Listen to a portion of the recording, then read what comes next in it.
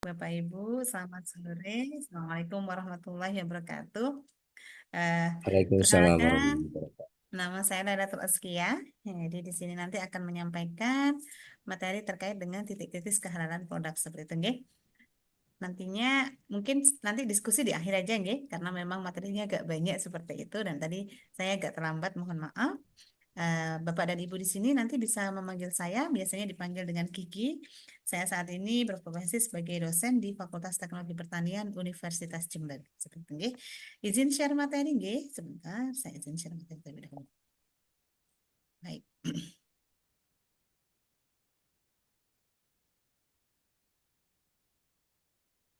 Baik, semoga di sore hari tetap semangat nih Bapak Ibu semuanya. Jelas materi gitu ya dari saya. Eh, Baik, untuk yang saat ini kita akan lebih fokus ke titik kritis kehalalan produk seperti itu nggih. Karena mungkin pengetahuan bahan sudah disampaikan seperti itu Pak Osep nggih. Jadi hari ini kita akan sudah disampaikan nggih Pak. Untuk saya titik kritis kehalalan produk saja kan nggih. Iya, iya Ibu. Oke, baik, siap. Baik, jadi nanti kita akan berdiskusi banyak nggih terkait dengan titik kritis kehalalan produk, baik itu produk makanan, produk obat-obatan gitu nggih, maupun produk kosmetik gitu ya, atau produk bahan gunaan lainnya, nggih. Ibu Baik, mohon Bapak Ibu izin mungkin yang suaranya lebih diperkeras. suara saya tidak terdengarkah? Terdengar tapi kurang keras. Oh, kurang keras ya? Gimana maaf. Betul nggih, kurang keras nih Bapak Ibu. Baik, terima kasih. Sudah terdengar jelas sekarang? Oke. Sudah. Jelas, Sudah, Bu. nggih. Oke, baik. Baik, karena kita akan berfokus ke titik kritis kehalalan produk Bapak Ibu, maka kita harus tahu dulu nggih pengertian daripada bahan yang mungkin Bapak Ibu sudah pelajari seperti itu nggih. Jadi kita hari ini akan fokus ini nanti mungkin buat bahan bacaan Bapak Ibu gitu nggih. Jadi hari ini kita akan fokus ke titik kritis kehalalan produk gitu nggih. Jadi bagaimana caranya seorang penyelia gitu ya, karena Bapak dan Ibu di sini nanti adalah calon-calon penyelia halal gitu nggih yang nantinya akan mendampingi perusahaan untuk menjamin kehalalan dari produk yang dihasilkan oleh pelaku usaha. Oke. Baik, untuk titik kritis kehalalan produk itu apa sih sebenarnya? Seperti itu nggih. Jadi kalau Bapak Ibu nantinya menentukan titik kritis ya, titik kritis ini adalah setiap tahapan Bapak Ibu yang dalam suatu proses produksi dia memiliki potensi untuk mengubah status kehalalan suatu produk menjadi tidak halal atau haram. Oke. Jadi semua tahapan di dalam suatu rantai produksi gitu ya, yang memungkinkan dia mengubah status kehalalan dari produk tersebut. Gitu ya. Jadi ada banyak faktor Bapak Ibu yang nantinya bisa menjadi ini ya pemicu atau potensi daripada ketidakhalalan gitu ya, baik itu dari bahannya, dari fasilitasnya, dari peralatannya, dari proses pengolahannya, pengemasan, penyimpanan, penjualan sampai nanti di penyajian. Gitu ya. Jadi nanti tugasnya penyelia ini apa? Harus bisa melacak keberadaan bahan haram dalam komponen bahan atau produk melalui kajian kehalalan. Gitu ya. Jadi mulai dari bahannya, kemasannya, sampai proses pembuatannya. Jadi tiga-tiganya harus diyakinkan tidak ada lagi potensi, gitu ya. Tidak ada lagi titik kritis yang bisa mengubah status kehalalan produk tadi. Itu adalah tugasnya nanti. Ya. Jadi bisa menjadi apa namanya penjamin gitu ya di dalam internal perusahaan. Jadi kita harus bisa, nggih. Jadi kalau kita berbicara terkait dengan titik kritis kehalalan produk, Bapak Ibu, di situ ada bahan, bisa dari bahannya, bisa dari prosesnya, bisa dari produknya, bisa juga dari konsumennya. Yang pertama dari bahannya. Sudah jelas kalau bahan itu sebagai faktor utama, nggih, penentu ketidakhalalan atau keharaman dalam suatu produk, gitu, nggih. Kemudian dari prosesnya, kita punya 8 proses gitu, nggih, mulai dari penyediaan bahan, pengolahan, penyimpanan, pengemasan, distribusi, penjualan. Mungkin kalau di makanan ada penyajian, ada penyembelihan gitu, nggih, kalau di bidang makanan minuman, maka semuanya itu nanti harus tertelusur dengan halal dan semua titik kritis, semua potensi yang bisa menyebabkan bahan itu menjadi tidak halal harus Bapak Ibu bisa identifikasi kemudian dicegah untuk menghilangkan titik kritis tadi. Jadi kalau misalnya oh ini ada potensi Bu, potensi tidak halal. Dalam proses apa? Dalam proses pensucian. Kenapa? Airnya nggak sesuai, tidak airnya tidak suci mensucikan. Gitu. Nah itu berarti harus dihilangkan oleh Bapak Ibu. Jadi tentukan itu sebagai titik kritis, kemudian dijamin bahwa titik kritis itu akan hilang. Nah itu adalah tugasnya. Oke? Baik. Kalau kita bilang titik kritis dalam suatu produk halal, maka yang paling utama diawali dengan bahan Bapak Ibu. Oke? Jadi dari bahannya, kemudian dari sebenarnya Oke, dari bahannya, dari produksinya, dari kemasannya, dari gudangnya, dari distribusi sampai di retail, itu harus dijamin bahwa tidak ada potensi yang bisa mengubah status kehalalan produknya. Gitu, ya. Jadi semuanya harus bisa tertelusur gitu, ya, dengan kondisi daripada standar halal yang dipersyaratkan. Oke, kita mulai dengan titik kritis untuk bahan hewani, Bapak Ibu. Gimana caranya Bapak Ibu sebagai auditor menentukan titik kritis untuk bahan hewani? Oke. Jadi ini adalah tabel titik kritis nih, peta atau mapping bagaimana nanti penyelia bisa menentukan ini bahan masuk kritis atau enggak gitu ya. Titik kritis. Ini bahan masuk kritis atau enggak gitu ya. Kalau di bahan hewani Bapak Ibu, maka yang paling ditentukan itu apa? Nah, Bapak Ibu ini ada mapping ini di sini ya. Mappingnya di sini adalah untuk bahan hewani, maka untuk seluruh daging dan produk turunan daripada hewani itu semuanya adalah bahan kritis. Oke. Kalau misalnya bahan hewan ini adalah ikan, susu, telur tanpa pengolahan, dia tidak kritis. Tapi dengan pengolahan dia menjadi kritis. Jadi faktor yang menyebabkan kritis di sini adalah pengolahannya. Nah, tugasnya Bapak Ibu nanti bisa menentukan nih. Berarti kalau ada pengolahan dia menjadi kritis. Bagaimana supaya dia tidak kritis dan dia bisa menjamin halal, maka di proses pengolahan harus dijamin di sini tidak ada potensi kontaminasi maupun penambahan bahan yang tidak halal dan sebagainya harus dijamin di sini. Nah, ini harus perlu penjaminan di pengolahannya. Kalau ikan, susu, telur tidak ada pengolahan, maka menjadi tidak kritis. Oke? Jadi kalau kritis itu butuh nanti intinya effort untuk menjamin tadi. Oke? Nah, kemudian bahan hewani untuk daging dan seluruh produk turunan hewani. Nah, ini apakah berasal dari hewan yang halal? Jika iya, maka ada proses selanjutnya. Tapi jika tidak dari produk tidak dari bahan hewan halal, maka dia menjadi haram. Ya, semua produk daging dan turunannya. Oke. Apakah hewan tersebut disembelih? Ada syarat lagi. Apakah hewan tersebut disembelih sesuai dengan hukum Islam dan memiliki sertifikat halal? Jika iya, maka bisa diproses. Jika tidak, maka status daripada daging dan seluruh produk turunan bahan hewan itu menjadi tidak bisa digunakan. Karena kalau digunakan, dia menjadi produk yang tidak halal. Oke. Nanti kita akan belajar turunan hewani di makanan, minuman, obat-obatan, dan kosmetik itu apa saja yang perlu diwaspadai. Oke. Nah, ketika hewan tadi sudah disembelih dan wujud hukum secara syar'i, syariat Islam, dan sudah memiliki sertifikat halal, maka dia boleh gitu ya. Kalau dia ada proses pengolahan, dia menjadi kritis lagi di proses pengolahannya. Oke. Kalau tidak diproses, dia sudah punya sertifikat halal, maka daging itu sudah bisa digunakan. Nah, Bapak Ibu penyelia di sini harus paham bahwa semua bahan hewani ya, daging beserta seluruh turunannya itu masuk di KMA 748 dan juga 944 2024. Yang intinya dia bisa digunakan ketika dia memiliki sertifikat halal. Kalau nggak punya, nggak bisa. Oke, karena sudah ada regulasi yang mengatur di dalamnya. Oke. Jadi untuk titik kritis bahan hewani, Bapak Ibu, semuanya berasal dari awal mulanya dulu.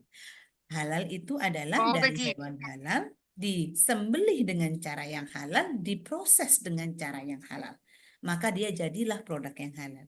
Kalau hewan halal, disembelih halal, prosesnya ada kontaminasi silang dengan najis atau bahan tidak halal, maka dia menjadi produk yang tidak halal. Oke, jadi itu. Jadi kalau misalnya dia hewannya halal, disembelihnya nggak syar'i, nggak punya sertifikat, maka produk akhirnya dia tidak akan bisa tersertifikasi halal. Oke, harus punya sertifikat halal. Bu, ini hanya buat lemper kok UMKM-nya. Kan gimana caranya dapat ikan apa ayam yang halal wajib Bapak Ibu ya karena dia masuk udah ada regulasi yang mengatur di dalamnya oke. Jadi itu adalah nanti penyelia harus jeli ya menentukan oh ini bahan hewani kritis enggak kalau kritis apa dokumen yang harus dilengkapi nah itu nanti harus belajar ke sana oke. Titik kritis yang pertama daripada hewani adalah hewan sembelihan Bapak Ibu oke. Kalau titik kritis yang pertama ini sudah oke nah, semua bahan hewan sembelihan ini dia masuk di KMA 944 dan juga 748. Maka semuanya wajib bersertifikat halal. Ya, sesuai dengan di Quran surat Al-Maidah nggih Bapak Ibu kenapa harus disembelih gitu nggih. Maka di situ Allah berfirman, diharamkan bagimu memakan bangkai, darah, daging babi, daging hewan yang disembelih atas nama selain Allah, dagingnya dicekik, dipukul, dijatuhkan dari ketinggian, ditanduk dan diterkam binatang buas kecuali yang kamu mampu sembelih, dan diharamkan pula daging yang disembelih untuk berhala. Dan diharamkan pula mengundi dengan anak panah, yang demikian itu adalah dosa. Jadi Bapak Ibu untuk daging itu memang wajib ya, itu disembelih dengan cara yang halal ya. Jadi hukumnya wajib jadinya. Jadi ketika kita beli di pasar nih, nggih, di daging ayam, daging sapi, itu tidak cukup hanya bertanya ini apa sapi, ini apa ayam, itu tidak cukup untuk umat Muslim, nggih, karena sudah ada di Al-Quran. Maka wajibnya bertanya adalah apa? Ini hewan apa? Sapi. Oke, tanya yang kedua, gimana cara menyembelihnya? Nah, itu wajib kita tanyakan, gitu ya. Kalau sementara kan kita sudah banyak, gitu, sekarang, gitu, karena sudah BPJP sudah bergerak sangat ini, gitu, sangat luar biasa, sehingga banyak RPU dan RPH kita yang sudah tersertifikasi halal, gitu ya. Peningkatannya luar biasa, alhamdulillah, gitu, gitu. Jadi Bapak Ibu itu nanti harus dipastikan itu, gitu, pelaku usaha yang jenengan dampingi nanti menggunakan, kalau memang base-nya adalah base hewani, dia dari bahan halal, disembelih dengan cara yang halal, dan juga memiliki sertifikat halal. Karena dia masuk di KMA 944 748, maka tidak bisa diganti dengan pendukung lain. Misalnya, oh ini pernyataan produsennya aja Bu, produsennya sudah tanda tangan nih surat pernyataan produsennya gitu, nggih, bahwa dia menyembelih dengan cara yang halal. Untuk dapat sertifikat halal tidak bisa Bapak Ibu. Karena masuk di KMA, maka bahan baku kalau misalnya daging, maka dagingnya harus punya sertifikat halal. Karena nggih, karena dia masuk titik kritis, nggih. Oke, kemudian ada penyembelihan tadi, nggih. Apa sih penyembelihan? Ini hanya sekedar sharing saja gitu, nggih. Jadi dia adalah proses membunuh hewan Bapak Ibu, nggih, hewan yang halal untuk dimakan dengan cara memotong 3 saluran. Saluran yang pertama adalah saluran pencernaan, ya. Saluran yang kedua adalah saluran pernafasan, dan saluran yang ketiga adalah 2 saluran pembuluh darah yang sesuai dengan syariat Islam. Nanti ini akan diajarkan untuk penyembelihan halal, itu ada ahlinya sendiri, namanya adalah juru sembelih halal. Oke, harus punya itu supaya dapat sertifikat. Oke. Oke, Kepkaban tahun nomor 20 tahun 2023 Bapak Ibu ini menambahkan gitu, nggih. Jadi hewan yang tidak diperbolehkan adalah babi, manusia, hewan bertaring dan berkuku tajam, hewan yang dilindungi sesuai dengan peraturan perundang-undangan. Semuanya tidak akan dapat sertifikat halal ketika dia pengajuannya menggunakan hewan-hewan ini. Oke.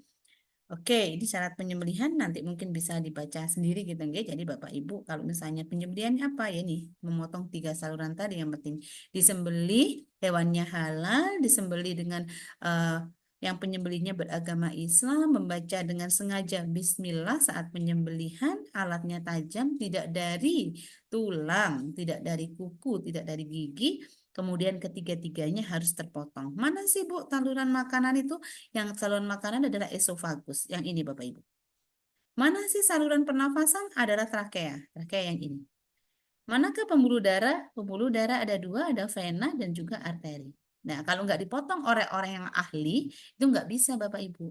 Makanya ketika RPU, RPH mau sertifikat halal, maka dia wajib memiliki juru sembelih halal untuk memastikan bahwa dia sudah paham dan punya keahlian dalam melakukan penyembelihan halal. Kalau enggak bisa. Boleh pakai alat, boleh, ada prosedurnya sendiri. Gitu, nggih. Tapi prosedurnya sudah diatur dan itu menjamin halal. Bu, kalau kalau saya Idul Adha gimana? Kalau Idul Adha itu kan untuk konsumsi pribadi, nggih. Ya memang halal gitu ya. Cuman untuk dapat tersertifikat halal dan itu dijual luas, kita punya syarat-syarat yang harus dipenuhi oleh RPU dan RPH. Oke. Kalau status halalnya produk ya ditentukan oleh siapa yang menyembelih. Tapi kalau untuk pengajuan sertifikat halal, karena sertifikat halal itu tujuannya untuk memberikan jaminan. Kan nggak mungkin Bapak Ibu produksinya di Bandung. Saya sebagai konsumen, masa saya harus langsung calling gitu ya dari Bandung. Oh ini gimana ini menyembelihnya gitu ya. Coba Bapak Ibu bayangkan di pasar saja ketika Bapak Ibu tanya ya, ini dagingnya nyembelihnya gimana? Komen pedagangnya gimana? Saya pernah di komen Bapak Ibu. Ketika saya beli daging di pasar, kemudian saya tanya, ini nyembelihnya gimana? Komen mereka agak negatif ya, nggak welcome gitu ya. Ya pokoknya disembelih dengan cara yang halal. Ya gitu. Oke lah, yang penting dosa saya sudah, misalnya tidak halal pun saya sudah lepas dari itu karena saya sudah mencoba untuk memastikan kehalalan daripada dagingnya. Jadi untuk ini bukan karena ibu lebay atau apa, karena memang sudah ada firmannya. Jadi itu akan menjadi bahan yang tidak halal. Jangan sampai doa-doa kita itu belum terkabul hanya gara-gara kita mengkonsumsi daging yang tidak halal tadi. Oke, itu yang pertama. Oke. Jadi tidak cukup nih Bapak Ibu menanyakan, oh ini sapi, oh ini ayam. Nah, kita yang tanyakan adalah mana sertifikat halalnya. Oke, jadi itu untuk membuktikan bahwa seluruh prosedur mulai dari penyembelihan, transportasi sampai daging itu di retail itu halal jaminannya. Ya, itu adalah sertifikat halal. Fungsinya di sana. Oke, kemudian kita akan belajar nih tadi tentang daging ya. Oke, daging punya sertifikat halal. Oke. Nah, ternyata Bapak Ibu, turunan daripada bahan hewani itu tidak hanya berhenti di daging. Ya, ada banyak turunan hewani itu lebih dari 100 turunan masih ngisi. Ya Allah. Ada yang penting kan? Ada yang penting kan? Enggak, itu artikel apa di jurnal bersama mahasiswa dan institusi. Oh, ada. Industri. Nanti saya kirimkan. Oh, industri ya. Oke, Siap. Baik, ngapunten nggih, ada sedikit gangguan. Baik, tadi daging sudah clear nggih Bapak Ibu. Sekarang yang dengan turunannya. Jadi ada banyak turunannya Bapak Ibu. Dan itu digunakan di seluruh industri, tidak hanya pangan. Obat-obatan pakai, kosmetik pakai, gitu ya. Bahan gunaan pakai, gitu ya. Hampir semuanya turunan daripada hewan ini luar biasa. Makanya hampir seluruh, ya, bukan hampir, tapi seluruh bahan turunan hewani ini masuk di KMA 944748. Wajib punya SH, ya. Apa saja turunannya? Yang pertama kan daging Bapak Ibu. Kalau daging Bapak Ibu mungkin sudah clear ya. Di sana ada sosis, dipakai sate, pakai daging, pakai suwir, gitu ya. Kalau dia base-nya adalah base pork, ya pasti nggak boleh lah. Kalau biasanya base sapi, dagingnya harus lihat dulu sembelihannya. Oke. Kalau sembelihannya sudah halal, dagingnya bisa digunakan. Sosisnya jadi halal. Prosesnya juga halal pastinya. Oke. Kalau ini mungkin Bapak Ibu antara hewan halal dan tidak halal mungkin masih bisa membedakan ya, karena secara fisik dia mungkin agak berbeda. Ya. Baik itu dari baunya, dari warnanya, itu antara daging daripada misalnya pork, babi dengan sapi itu berbeda memang. Oke. Kalau yang kedua Bapak Ibu, turunan yang kedua nih, kulit. Nah, ini mulai agak sulit Bapak Ibu. Ya. Pertama turunan dari pork tadi ya. Kulit itu dia turunannya itu banyak sekali Bapak Ibu. Terutama yang pertama adalah gelatin, ya. Jadi gelatin ini adalah salah satu jenis senyawa protein Bapak Ibu yang digunakan luas sekali di kosmetik, di bidang makanan, minuman, di bidang yang kedua itu di bidang obat-obatan itu sangat digunakan sekali. Kalau di bidang makanan minuman dia untuk gelling agent, ya. Gelling agent itu contohnya adalah permen gitu ya. Dia adalah pelunak. Dia juga fungsinya sebagai emulsifier. Kalau pernah makan yang kenyal-kenyal permennya, ya, yang sangat halus sekali marshmallow, itu kalau Bapak Ibu lihat komposisinya, maka penyusunnya adalah gelatin. Kalau misalnya nggak pakai gelatin, misalnya pakai ini aja Bu, apa namanya, rumput laut, nggak akan sekenyal marshmallow itu. Ya, jadi jaringan ikatnya beda. Gitu, nggih. Kemudian ada mungkin kalau kerupuk rambak masih bisa dipisahkan nggih. Kemudian ada kolagen. Nah, ini. Kolagen itu yang mungkin digunakan kosmetik gitu ya untuk ibu-ibu, bapak-bapak gitu ya, mencegah penuaan kita pakai ekstrak kolagen gitu. Diekstrak dari mana kolagen itu? Kolagen itu diekstrak dari jaringan kulit juga Bapak Ibu, dari jaringan kulit hewan. Nah, hewannya ini yang kita harus pastikan. Hewannya halal nggak? Nyembelihnya halal nggak? Kan kayak gitu nggih. Jadi kalau ada nanti di industri kosmetik dia pakai kolagen, mohon dicek betul nggih. Kolagen itu termasuk dalam turunan hewani yang dia fungsinya luar biasa juga untuk mencegah kerutan. Kalau di obat-obatan, gelatin ini biasanya dipakai sebagai bahan tambahan untuk membuat kapsul. Oke, karena fungsinya banyak. Oke. Kemudian di tulang, tulang itu juga dia punya gelatin Bapak Ibu yang paling utama juga produk turunannya ya. Dia ada gelatin fungsinya untuk penstabil, jelly, puding dan sebagainya. Tulang hewan itu Bapak Ibu juga digunakan untuk karbon aktif. Ya. Jadi kalau Bapak Ibu nanti mendampingi siapa? Mendampingi eh, air isi ulang misalnya atau pengolahan air, di situ ada filter. Pastikan filter daripada airnya itu dia menggunakan bahan yang halal. Kenapa? Karena filter itu biasanya kalau base-nya adalah bone char, ya, itu maka dia harus menjadi kritis Bapak Ibu. Kenapa? Boncot itu dari tulang. Tulangnya harus cek dulu nih, tulang apa? Oke. Termasuk nanti kalau di pasta gigi nih, ada yang di kosmetik, ada produksi pasta gigi, tinggi kalsium gitu ya. Kalsiumnya dari mana dulu nih gitu ya? Dia diturunkan dari mana? Kalau diturunkannya dari tulang babi yang menjadi harum. Ya, jadi memang harus benar-benar dicek gitu ya. Jadi bahan-bahan penyelia harus jeli ya, mengidentifikasi seluruh bahan yang dia memiliki titik kritis yang sangat tinggi, terutama dari turunan hewani. Oke. Kalau bulu gimana? Bulu itu juga banyak digunakan, ya. Jadi sikatnya digunakan untuk produksi sistainnya, sikat giginya, jaket bulunya, semuanya juga bisa diturunkan dari bulu. Nah, termasuk jeruannya Bapak Ibu, sampai ke jeruannya. Jadi jeruan daripada hewan, termasuk pok babi, itu menghasilkan banyak enzim, contohnya insulin. Kemudian ada insulin itu sorry hormon gitu ya, hormon insulin untuk diabetes gitu ya. Kemudian menghasilkan enzim rennet untuk pengolahan daripada keju. Paru-parunya biasanya masih dipakai untuk bakso, empedunya dipakai untuk menghasil taurin, usus selongsong, ususnya dipakai untuk selongsong sosis. Jadi luar biasa. Kemudian kalau khusus untuk pork ya, pork itu babi, lemaknya pun ini sampai digunakan Bapak Ibu.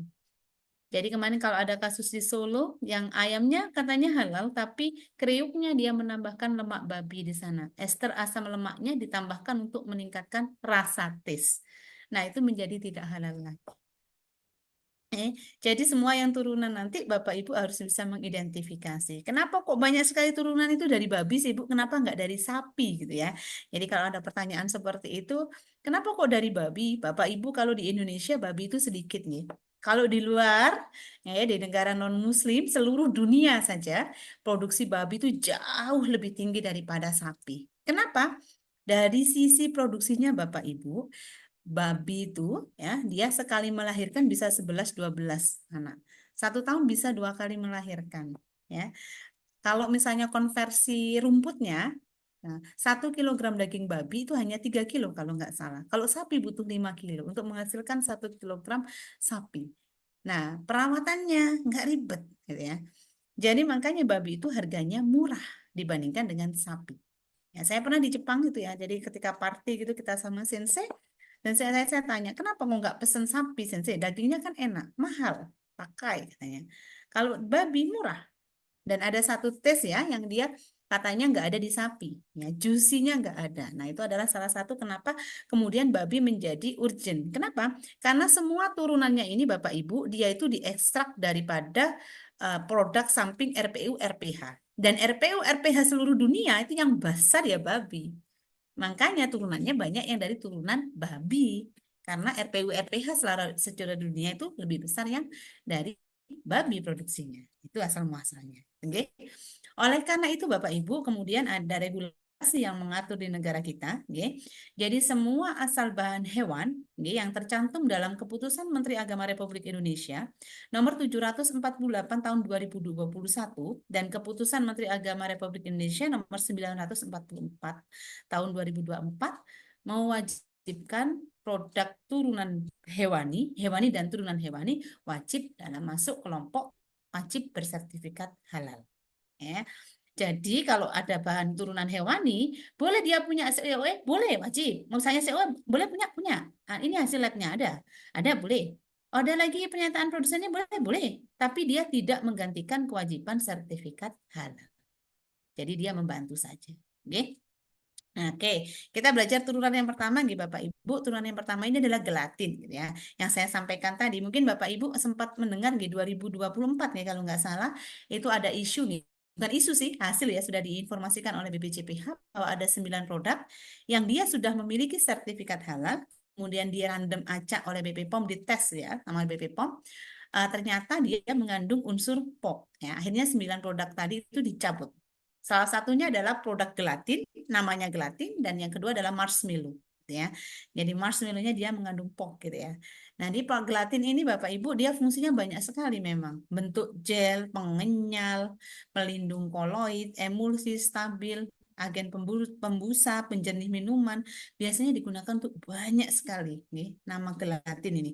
Kosmetik dia dipakai untuk mengenyangkan kulit dan sebagainya. Makanya gelatin ini dia sumber pasar dunianya tinggi sekali protein ini.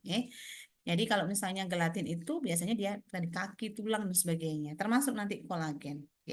Ini yang harus dipastikan Bapak Ibu bahwa gelatin ini juga halal, ya.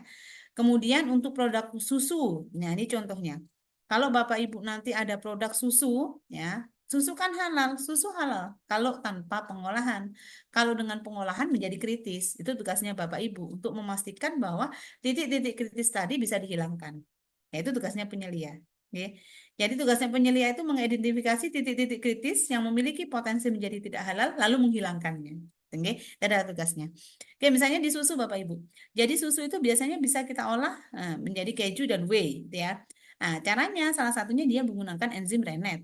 Nah, rennet ini kita cek dulu. Rennetnya ini biasanya itu dia adalah salah satu enzim dari hewan yang biasanya dia diperoleh dari lambung anak sapi, domba, kambing atau babi. Nah, kemudian Bapak Ibu wajib cek, gitu ya. Ini yang halal apa enggak? Kalau dari apa enzim dari itu tanaman sih is okay, pasti halalnya gitu ya. Kalau yang dari tumbuhan perlu dicek lagi. Oke. Nah, dari susu tadi Bapak Ibu bisa menurunkannya menjadi banyak produk dari mineral protein, laktosa, kasein dan kaseinat.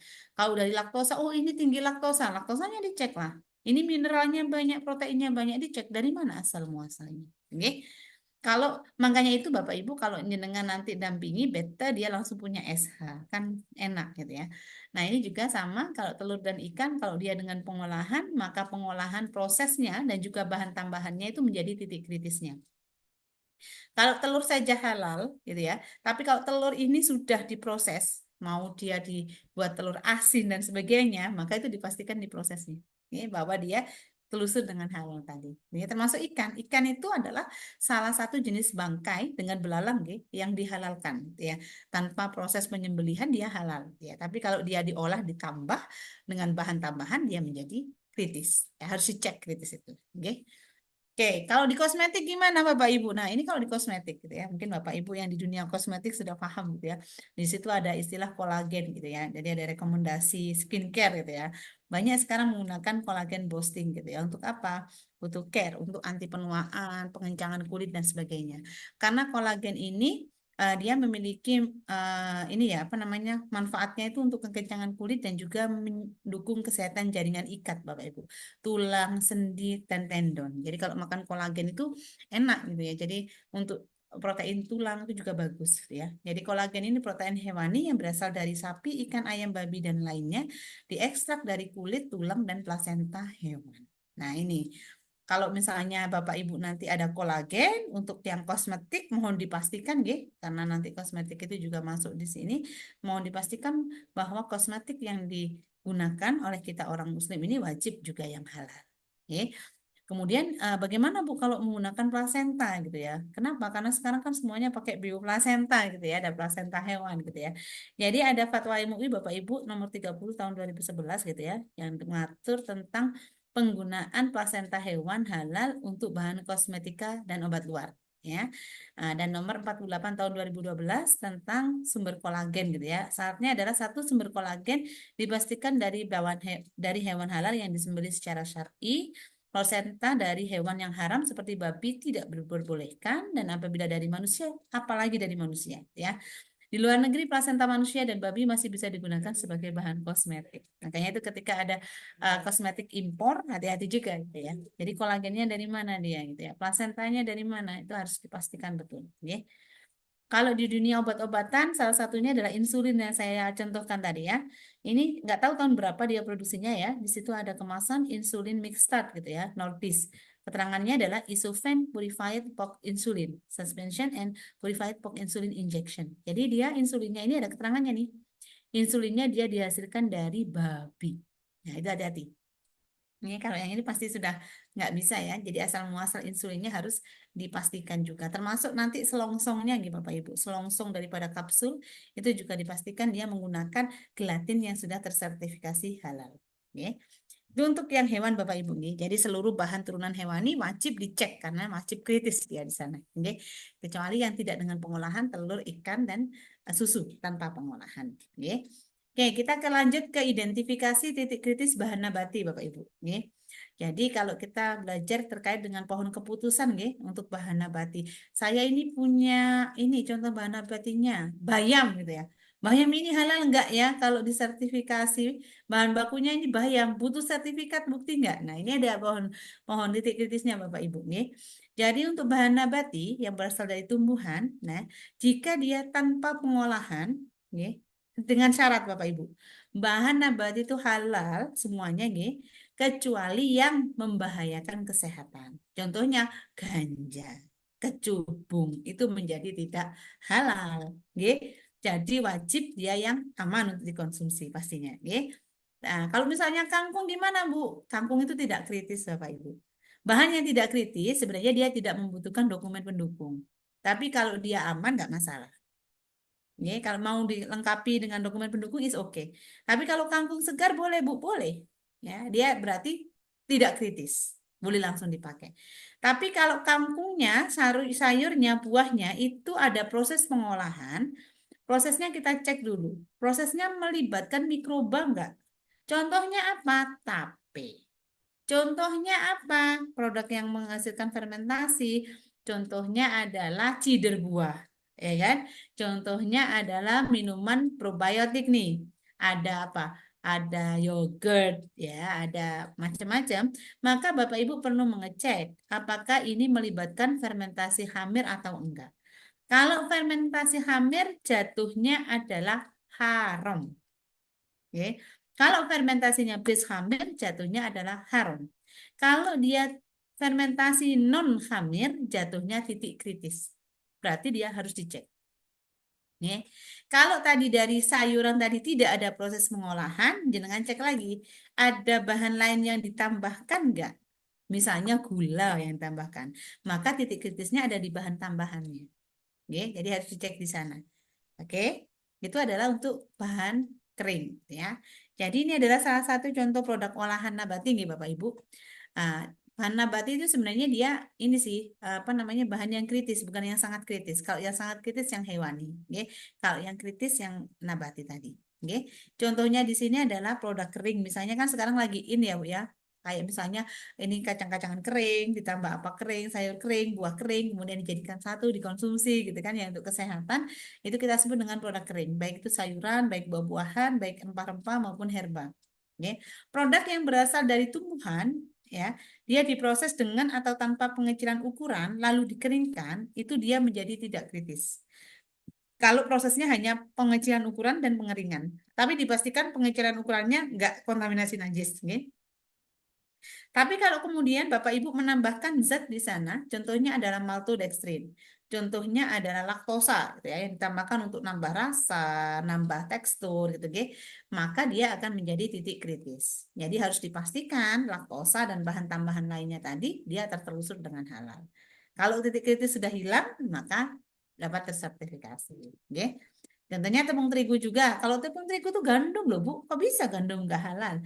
Kalau gandumnya saja dihancurkan, nggak halal. Tapi kan sekarang kan nggak laku kalau murni, Bapak Ibu. Biasanya kan ada fortifikasi pangannya. Oh, ini gandum anti cracking. Oh, ini gandum tinggi mineral, tinggi vitamin. Nah, yang menjadi titik kritis akhirnya adalah bahan tambahannya. Ya, yang ditambahkan tadi apa gitu ya. Itu akan menjadi titik kritis di sana. Nah, termasuk minyak nabati Bapak Ibu nih. Mungkin sekarang lagi isu ini ya, apa namanya sawit gitu ya. Jadi minyak kita di Indonesia itu memang konsumsi minyaknya adalah minyak sawit gitu. Tapi kalau di luar negeri tidak memang tidak diperbolehkan ke sawit, mereka nggak mau. Mereka biasanya mintanya minyak bunga atau minyak nabati lainnya. Dia minyak kelapa, minyak kedelai gitu ya, atau minyak bunga canola itu yang mereka konsumsi Bapak Ibu. Mereka memang deforest, pokoknya dia nggak suka kalau dia itu pakai hutan gitu ya. Intinya di sana. Jadi minyak nabati itu di luar negeri Bapak Ibu definisinya masih bisa mengandung 10% minyak hewani. Nah, itu yang harus dicek nih. Nah, kemudian dalam proses pengolahan minyak termasuk sawit, termasuk kelapa, termasuk kedelai, itu ada proses pemutihan atau pemurnian minyak nih. Yang biasanya dia menggunakan karbon aktif. Nah, karbon aktif ini Bapak Ibu yang paling banyak nih, yang paling bagus itu bukan yang dari arang, tapi yang dari bone, dari tulang. Namanya bukan biochar yang bagus. Yang paling bagus penyerapannya adalah yang bone char. Nah, itu yang menjadi titik kritis nanti Bapak Ibu. Oh, saya ini mendampingi apa? Industri misalnya minyak goreng gitu ya, merek A, mau minyak kita, Kak, mau Bimoli, mau Vilma, mau dampingi nih, mau ngajukan halal misalnya. Apa yang perlu dicek? Satu, bahan bakunya pasti. Dua, dalam prosesnya pakai karbon aktif enggak? Makanya seluruh bahan harus dicek dan tertelusur tadi. Oke? Kemudian bahan baku yang digunakan adalah minyak lemak nabati, tetapi bahan lainnya juga ditambahkan. Contohnya vitamin, mineral itu harus dicek. Gitu, ya. Termasuk gula. Gula itu juga harus dicek dalam hal apa? Dalam hal gula putih. Ya, kalau misalnya ada PTP baru mau didampingi sama jenengan gitu, ya. Ini ada produksi gula, maka jenengan harus bisa mengidentifikasi mana-mana yang menjadi bahan kritis. Ya. Oke, kalau di kosmetik gimana, Bu? Nah, ini kalau di dunia kosmetik nih. Kalau di dunia kosmetik itu trennya sekarang itu kosmetik vegan, ya. Make up dan skincare yang mengklaim bebas dari bahan hewani dan hanya menggunakan nabati, ya. Tapi harus dicek juga, nggih, bahwa di situ tidak ada proses pengolahan dan tidak ada penggunaan bahan penolong dari turunan hewani untuk produksi. Misalnya dia pakai enzim, pakai gelatin, produk fermentasi alkohol. Nah, itu harus dicek, ya. Alkohol kalau untuk produk kosmetik ya itu berperan sebagai pelarut gitu ya. Jadi Fatwa MUI nomor 11 tahun 2018 itu membolehkan gitu nih penggunaan alkohol non hammer. Wah, ini untuk kosmetik itu ada aturannya, nggak apa-apa asal nggak membahayakan. Jadi diperbolehkan dan tidak memabukkan, itu nggak masalah. Yang non hammer tujuannya yang untuk kosmetik tidak untuk diminum gitu ya. Kalau untuk diminum lain lagi jatuhnya. Ya. Jadi ini memang untuk kosmetik itu nggak masalah. Ya. Tapi yang non hammer, kalau yang hammer hukumnya haram. Ya. Jadi tetap ini yang non hammer. Ya. Kalau di dunia obat-obatan Bapak Ibu ya ini kalau di dunia obat-obatan ini yang nabati nggih, yang nabati tadi maka ada di situ mungkin yang paling kenal nggih Bapak Ibu ada jamu atau obat herbal nih yang dia diproduksi dengan bermacam-macam tanaman nih. Kemudian ada rempah mesti jahe, kunyit gitu ya, ada serai gitu nggih. Nah, pada dasarnya dia positif list nih, nggak kritis gitu ya. Tapi perlu dicek apa di proses pengolahan dan penggunaan bahan lainnya. Nggih. Kalau dia sebenarnya dia nggak kritis, tapi kalau dia nambahkan bahan lain dan juga prosesnya itu yang menjadikan dia kritis. Jadi kalau misalnya saya pakai kunyit, jahe, serai, berarti yang dicek adalah prosesnya. Oke, prosesnya harus halal, ya, nggak ada kontaminasi di sana. Nah, ini juga yang menjadi acuan kita, nggih, ketika ada banyak jamu impor gitu ya, jamu Cina, jamu mana lah yang tradisional, dia dia bilangnya tradisional, ini jahe kok gitu ya. Ternyata ketika dicek, ya, dicek laboratorium, jamu tadi yang dari impor tadi ternyata walaupun dia sudah ngeklaim herbal, dia punya bahan campuran Bapak Ibu. Contohnya dia campurannya dari zat-zat atau turunan dari binatang buas seperti darah ular, tangkur buaya, kuku macan, hati beruang yang dia manfaatnya katanya untuk jaga stamina dan sebagainya gitu ya sehingga status kehalalannya pun dapat diragukan. Oleh karena itu bahkan untuk muslim dia menjadi haram gitu ya. Jadi untuk mengkonsumsinya. Jadi yang sebenarnya kalau di herbal itu yang paling urgent adalah bahan tambahannya. Kalau herbal kulit manggis, kalau kulit manggis saja ya oke, nambahkan lain nggak dia? Gimana cara produksi kulit manggisnya? Kalau dia nambahkan lain, berarti proses dan bahan tambahannya menjadi titik kritis. Dan tugasnya penyelia di sini adalah menghilangkan semua titik kritis tadi agar terjamin kehalalannya. Oke? Kemudian titik kritis selanjutnya adalah di cangkang kapsul Bapak Ibu. Jadi misalnya kan sekarang kan lagi ini ya, nggak mungkin kita konsumsi obat jamu gitu ya, nggak inilah, nggak lagi modern gitu ya. Yang modern sekarang kan jamu itu dikonsumsi kayak pil gitu ya, kayak kapsul gitu ya. Jadi kapsulnya itu Bapak Ibu, yang biasanya bahan yang paling cocok untuk kapsul itu adalah gelatin gitu ya. Kenapa? Karena gelatin tuh punya ini ya tekstur yang elastis tapi nggak elastis banget kalau ditambahkan tuh untuk meningkatkan elastisitas dari kapsulnya dan dia juga mudah larut dalam air. Kenapa? Karena dia unsur protein. Protein itu kan sifatnya larut dalam air, beda sama lemak. Ya, makanya dia digunakan di sana. Oke. Oke, itu tadi untuk bahan nabati nih. Jadi Bapak Ibu sudah bisa membedakan nih, oh bahan nabati kritisku di sini gitu ya. Sekarang kita ke bahan mikrobiologi Bapak Ibu. Semua produk mikrobiologi nggak ada yang nggak kritis Bapak Ibu. Semuanya kritis sama dengan hewani. Oke. Jadi kalau Bapak Ibu ada proses fermentasi berarti semuanya kritis. Penyelia harus bisa di sana. Mungkin dulu ada ini nggih, sebelum ada ini nggih peraturan terkait dengan mikrobiologi dulu nggih. Dulu mungkin sempat ada isu yang apa MSG nggih, salah satu produsen MSG itu uh, diindikasikan haram gitu ya waktu zamannya Gus Dur, mungkin kalau Bapak Ibu masih ingat gitu ya. Ya, nah, Gus Dur itu kan ada isu si A gitu ya, merek A itu haram gitu ya karena dia menggunakan babi dan sebagainya. Ternyata setelah ditelusur sebenarnya dia nggak menggunakan itu untuk produksi. Digunakanlah media itu, dia menggunakannya untuk hanya pertumbuhan mikroba. Mikroba itu Bapak Ibu sebelum digunakan dari satu itu dibanyakin dulu tuh di media. Nah, kemudian baru diambil, dipanen, dicuci bersih, digunakan di media kita. Nah, kasusnya yang si A itu dia pada media pertumbuhannya, bukan pada sampel produknya. Tapi kemudian ada regulasi ini yang mengatur, maka semua produk daripada mikrobiologi dia akan menjadi titik kritis, ya. Jadi pastikan Bapak Ibu harus bisa memastikan bahwa fermentasinya tidak dari fermentasi hamir. Kalau fermentasinya hamir, walaupun kadarnya 0,00001% jatuhnya haram. Ya. Kalau fermentasinya base hamir. Kalau fermentasinya etanol ada hukumnya, nanti kita pelajari. Kalau fermentasinya hamir, walaupun dia 0,000 sekian, dia jatuhnya haram, tidak diperbolehkan. Ya. Kemudian dua, dicek media pertumbuhan mikrobanya. Ya, kalau mikrobanya tumbuh di mana dia dia harus halal. Enzim yang digunakan juga harus halal, termasuk bahan tambahan dan bahan penolong yang digunakan harus halal. Yang terakhir, Bapak Ibu harus bisa memastikan mikroba atau rekombinan itu dari gen bahan yang halal. Ya, jadi kalau Bapak Ibu dapat ini perusahaannya adalah perusahaan yang menggunakan aktivitas fermentasi melibatkan mikrobiologi, dipastikan tadi gennya halal, medianya halal, prosesnya halal dan bukan berasal dari fermentasi hamir. Oke. Oke, ini tiga tadi Bapak Ibu. Satu, bahan semuanya harus halal, harus punya SH, sertifikat halal. Rekombinan yang digunakan juga harus punya SH dan juga harus memenuhi standar proses produksi yang halal.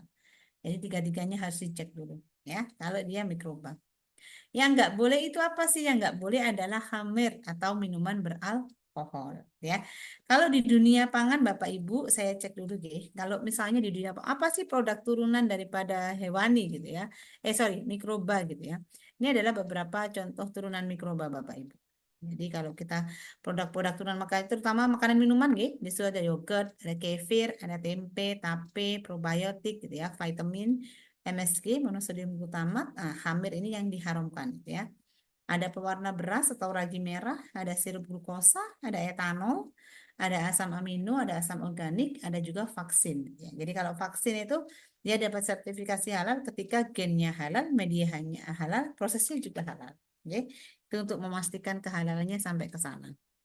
Baik, saya lanjut dulu sebentar. Tadi sampai di hammer ya. Oke, kita nyampe di hammer Bapak Ibu. Oke, ini adalah minuman beralkohol atau khamr ya. Jadi produk mikroba dia yang sudah jelas haram ya. Apa sih itu khamr Bu? Jadi hasil fermentasi bahan yang dia mengandung pati atau gula oleh hamir. Jadi kapang hamir itu dia yang melakukan fermentasi. Tujuannya dia sebenarnya untuk fermentasi khamr tadi minuman beralkohol. Nah, untuk sekarang Bapak Ibu minuman beralkohol itu juga punya banyak produk samping Contohnya adalah amil alkohol, isoamil alkohol, N-butil alkohol sampai 23 butanadiol Jadi ketika itu digunakan hukumnya tetap haram ketika dia turunan daripada khamr. Sedikit banyak semuanya nggak boleh. Nah, kalau di luar negeri itu digunakan untuk apa sih? Biasanya digunakan untuk bahan penyedap Bapak Ibu. Jadi kalau misalnya apa namanya sosis gitu ya saus itu ya nah itu biasanya di Jepang itu menambahkan hammer untuk apa untuk penyedap ya dia juga digunakan untuk industri makanan farmasi dan kosmetik kalau base-nya hammer Bapak Ibu baik untuk obat baik untuk farmasi baik untuk kosmetik tidak diperbolehkan kalau base-nya adalah hammer nggak akan pernah dapat sertifikasi halal haram hukumnya. Oke.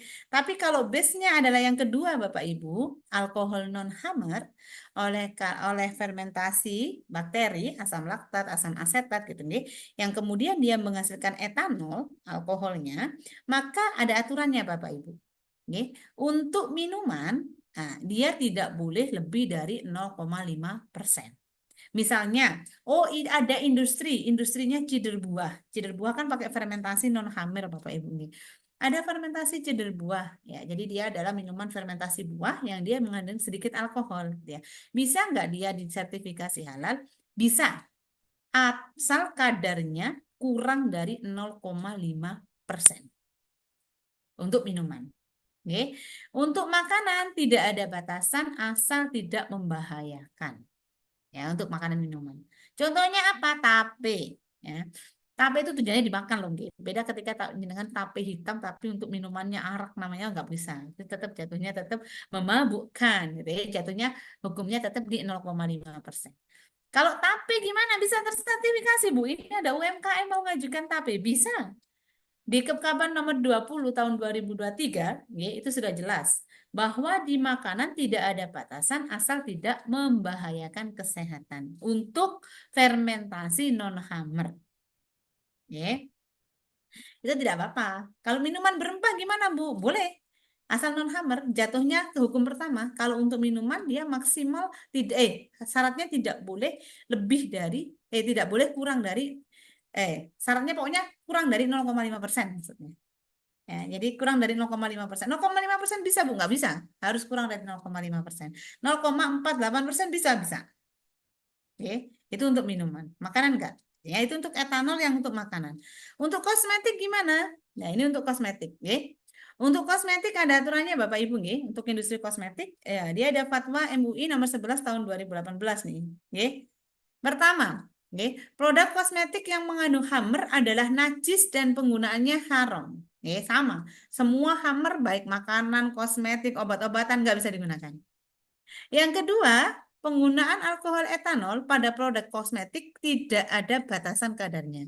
Selama etanol yang digunakan bukan berasal dari industri hammer, baik merupakan hasil sintesis kimiawi ataupun hasil industri fermentasi hammer, dan secara medis tidak membahayakan. Ya. Kalau dia untuk kecantikan saja Bapak Ibu, tidak untuk memabukkan, jangan sampai oh ini halal, tapi dia untuk kosmetik tapi diminum, jatuhnya hukumnya yang kedua tadi untuk minuman 0,5%. Gitu nggih. Gimana obat-obatan sama. Obat-obatan kita mengacu di Fatwa MUI nomor 40 tahun 2018. Jadi alkohol etanol yang bukan berasal dari hammer itu diperbolehkan penggunaannya, tidak ada batasannya, tidak ada dengan syarat dia tidak membahayakan, tidak ada penyalahgunaan, kemudian aman dan sesuai dengan dosis, tidak digunakan secara sengaja untuk membuat mabuk. Nah, itu. Oh, jadi alkohol boleh alkohol itu yang non hammer. Kalau misalnya Bu ada itu produk alkohol 0,0001%, bisa nggak halal? Cek dulu lah, fermentasinya hammer nggak? Kalau fermentasinya base hammer, walaupun tulisannya 0% dari destilasi hammer, haram hukumnya. Jadi dicek itu deh. Oke, kemudian ini yang lagi in ya, kalau misalnya Bapak Ibu nanti di dunia makanan nih, rum ya. Rum itu jatuhnya haram atau halal? Rum itu haram Bapak Ibu. Jadi dia minuman beralkohol hasil fermentasi destilasi molasses gitu ya. Jadi sudah ada MUI ya, fatwa MUI nomor 11 tahun 2009 ya. Minuman ini dianggap haram, termasuk penggunaannya walaupun sedikit di dalam kue. Saya pernah memberi masukan Bapak Ibu ke UMKM gitu ya, dia produksi nastar gitu ya. Loh Bu kok pakai rum? Loh kalau nggak pakai rum nanti aku kalah sama sainganku Mbak. Nggak wangi nanti produk nastarku gitu kan ya dia bilang. Tetapi rum itu nggak akan bisa tersertifikasi halal loh Bu. Karena sudah ada regulasinya. Dia itu haram loh Bu. Tapi kan nggak laku nanti produkku gitu ya. Ya. Makanya kita orang muslim harus memakan produk yang halal. Supaya apa? Supaya mereka juga bisa memproduksi yang halal. Gitu. Kalau kita masih belum concern ke sana ya akhirnya nggak bisa berhenti itu ya. Rantainya tetap berputar. Ya. Baik, sudah tiga nggih bahan nggih. Satu hewani titik kritisnya, dua adalah nabati, tiga mikrobiologi. Nggih. Yang ketiga ini, yang keempat ini adalah kita ke pohon titik kritis bahan lain Bapak Ibu. Bahan lain itu masuk apa? Masuk bahan tambang, nggih, bahan sintetik dan juga bahan campuran. Ya, kita ke bahan tambang terlebih dahulu. Jadi untuk semua bahan tambang murni, murni tanpa pengolahan jatuhnya non kritis, positif list Bapak Ibu. Kalau Bapak Ibu nanti baca di KMA 1360, bahan tambang semua harus bagian besi. Ada polivinil kemasan. Kalau dia bahan tambang murni tanpa pengolahan, dia tanpa bahan tambahan lain diproses dengan halal, dia jatuhnya bahan tambang murni halal. Titik kritis, maksudnya non TK. Jadi dia tidak kritis. Ya. Jadi kalau tidak kritis itu positif list. Boleh dipakai dokumen pendukung, boleh enggak. Gitu ya. Kalau dia dipastikan dia bahan tambang tanpa pengolahan. Kalau untuk bahan sintetik, itu adalah semua bahan sintetik, Bapak Ibu, yang organik ya, yang organik itu menjadi kritis. Kalau yang non-organik, tinggal ngecek dia pakai bahan tambahan lain enggak. Kalau bahan yang non-organik itu nggak pakai bahan penolong, maka dia menjadi tidak kritis. Kalau bahan non-organik tadi pakai bahan penolong dan proses pengolahan, dia menjadi kritis. Yang ketiga adalah semua bahan campuran. Jadi kalau Bapak Ibu semua bahan campuran jatuhnya adalah kritis. Harus dicek, gitu ya. Nyampurnya gimana, bahannya apa saja itu harus dicek kembali. Oke. Oke. Sekarang kita ke proses, nggih. Bahan sudah selesai nih. Sekarang kita ke proses sekarang. Jadi kita punya bahan, karena Bapak Ibu di sini dari berbagai ini nggih industri, saya akan jelaskan dari pangan terlebih dahulu, kemudian ke kosmetik, kemudian ke obat-obatan, kemudian ke gunaan ya. Untuk titik kritis kehalalan produk pangan dulu nih. Jadi kalau produk pangan Bapak Ibu, gimana saya ngecek sebagai penyelia gitu ya. Satu memang dari bahannya dulu Bapak Ibu. Ya. Bahannya dipastikan semua baik itu bahan baku, baik itu bahan penolong, baik itu bahan tambahan. Bapak Ibu di sini ada yang bisa membedakan nggak? Membantu saya menjelaskan apa itu bahan baku, apa itu bahan penolong, apa itu bahan tambahan. Ada yang punya pendapat nggak? Boleh langsung open mic Bapak Ibu kalau punya. Oke, Bu Fasya, silakan. Bu Fasya, boleh? Izin Bu.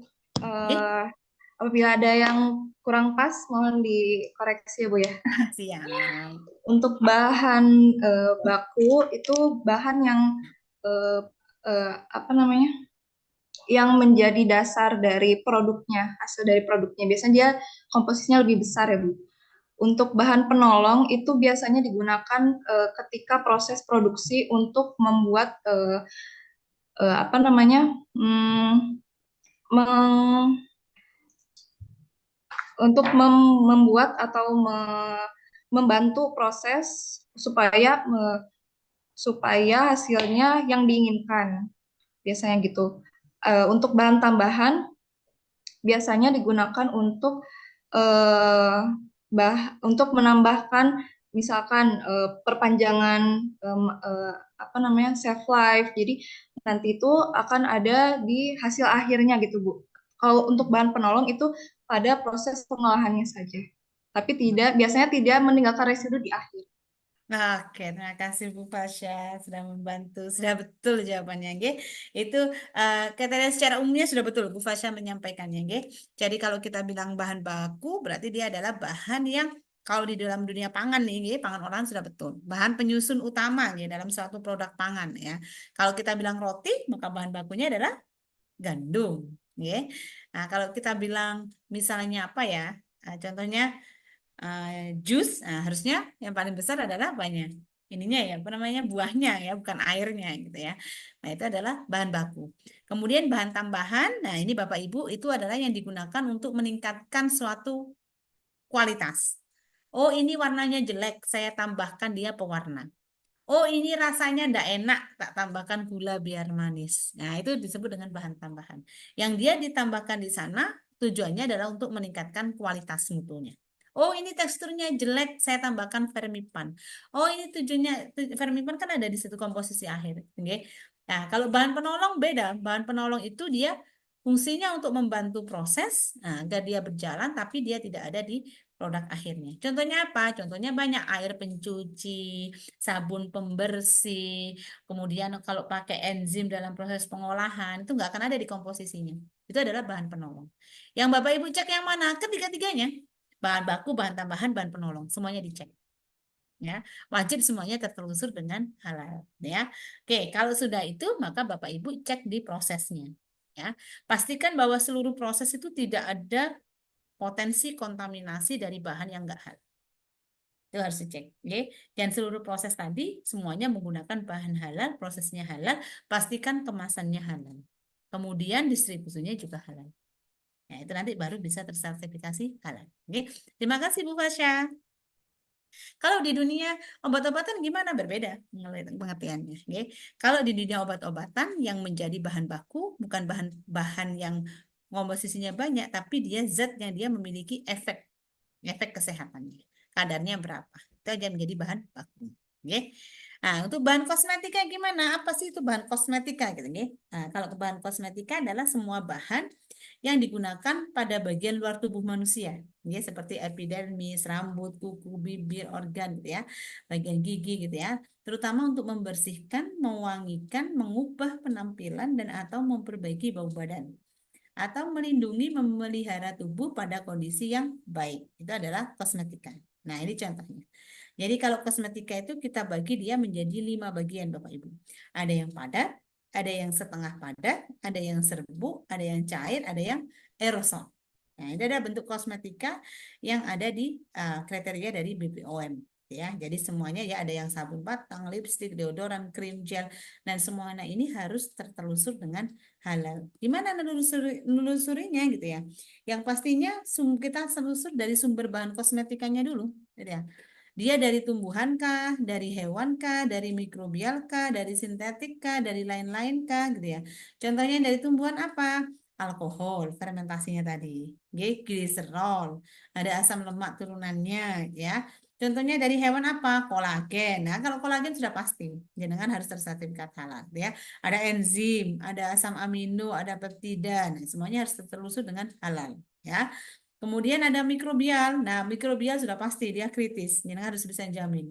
Kalau dia AHA, protein, ya, Q10-nya itu dari proses fermentasi mikrobial, maka harus dicek gitu ya. Jadi sumber gen dan sebagainya. Kalau misalnya dari sintetik, maka kita cek coating agentnya. Kalau dari lain-lain, cek juga semua sumber dari manusia dilarang dalam proses hukum halal. Ya. Jadi kalau Bapak Ibu di kolagen, nah kolagen di luar tuh masih diambil beberapa, nggak banyak. Tapi ada beberapa yang ngambil dari plasenta bayi yang baru dilahirkan. Nah itu kan bahaya juga. Ya, jadi makanya itu harus tertelusur banget dengan halal. Ya. Nah, titik kritisnya adalah satu di bahannya Bapak Ibu untuk kosmetik nih. Yang nomor dua, jadi di bahannya harus dipastikan dulu. Ini bahannya apa dulu. Jadi pembeliannya, pemeriksaan kedatangannya sampai nyimpannya itu ya. Jadi bahannya semua harus tertulis, ya. Nah, kemudian ada syarat kedua setelah bahannya adalah tembus air atau enggak waterproof ya. Kalau untuk tersertifikasi halal, boleh enggak dia tidak tembus air? Boleh, tapi harus dia memberikan catatan yang jelas pada kemasan bagaimana pengguna yang akan beribadah, bagaimana cara menghilangkannya. Oke? Klaim tidak tembus air itu harus ada. Kalau klaim tembus air harus uji lolos laboratorium. Ya. Oh ini bisa tembus air kosmetiknya, bisa buat wudhu misalnya. Ya. Maka dia harus ada uji laboratorium daya tembus airnya. Ya. Karena kalau yang kosmetik yang nggak tembus air, nah itu maka dia menjadi tidak bisa tersertifikasi halal. Bisa, tapi harus ada catatan yang jelas pada kemasannya bagaimana pengguna yang akan beribadah. Oke? Oke, kemudian untuk jasa logistik sama. Jadi nanti kalau Bapak Ibu mendampingi jasa logistik, oh ini jasa logistik perlu pendampingan penyelia ini Bu. Maka Bapak Ibu harus bisa mengidentifikasi potensi-potensi mulai dari pengadaan, penerimaan, penyimpanan sampai distribusi dan transportasi. Itu semua harus bisa dijamin halal, gitu ya. Nggak ada kontaminasi terutama. Kalau logistik itu kita fokus tidak ada kontaminasi, Bapak Ibu. Jadi kalau misalnya jangan sampai pakai ini nggih, pakai box gitu ya. Pakai mobil box gitu ya. Yang satu habis dibuat ngemas ini ya barang non halal, ya kemudian dibuat ngemas bahan halal gitu ya. Ada prosedur yang harus dilakukan, pensuciannya gimana? Nah, itu harus dicek gitu ya. Jadi ketika kontainer itu boleh nggak Bu satu kontainer dicampur antara bahan halal dan bahan haram? Nggak boleh. Nah, itu harus dipastikan betul. Ya. Nah, kemudian yang selanjutnya adalah titik kritis bahan gunaan. Tadi sudah di makanan, sudah di minuman, sudah di kosmetik, sudah di obat-obatan. Sekarang kita ke bahan gunaan, gitu ya. Jadi bahan gunaan apa? Mungkin Bapak Ibu sempat dengar ya ada itu apa pasta gigi dari bulu babi gitu ya. Boleh nggak sih gitu kan? Jelas nggak boleh Bapak Ibu. Kalau babi nggak boleh. Karena sudah dinas di Al-Quran gitu ya. Babi dan seluruh turunannya nggak boleh. Ya.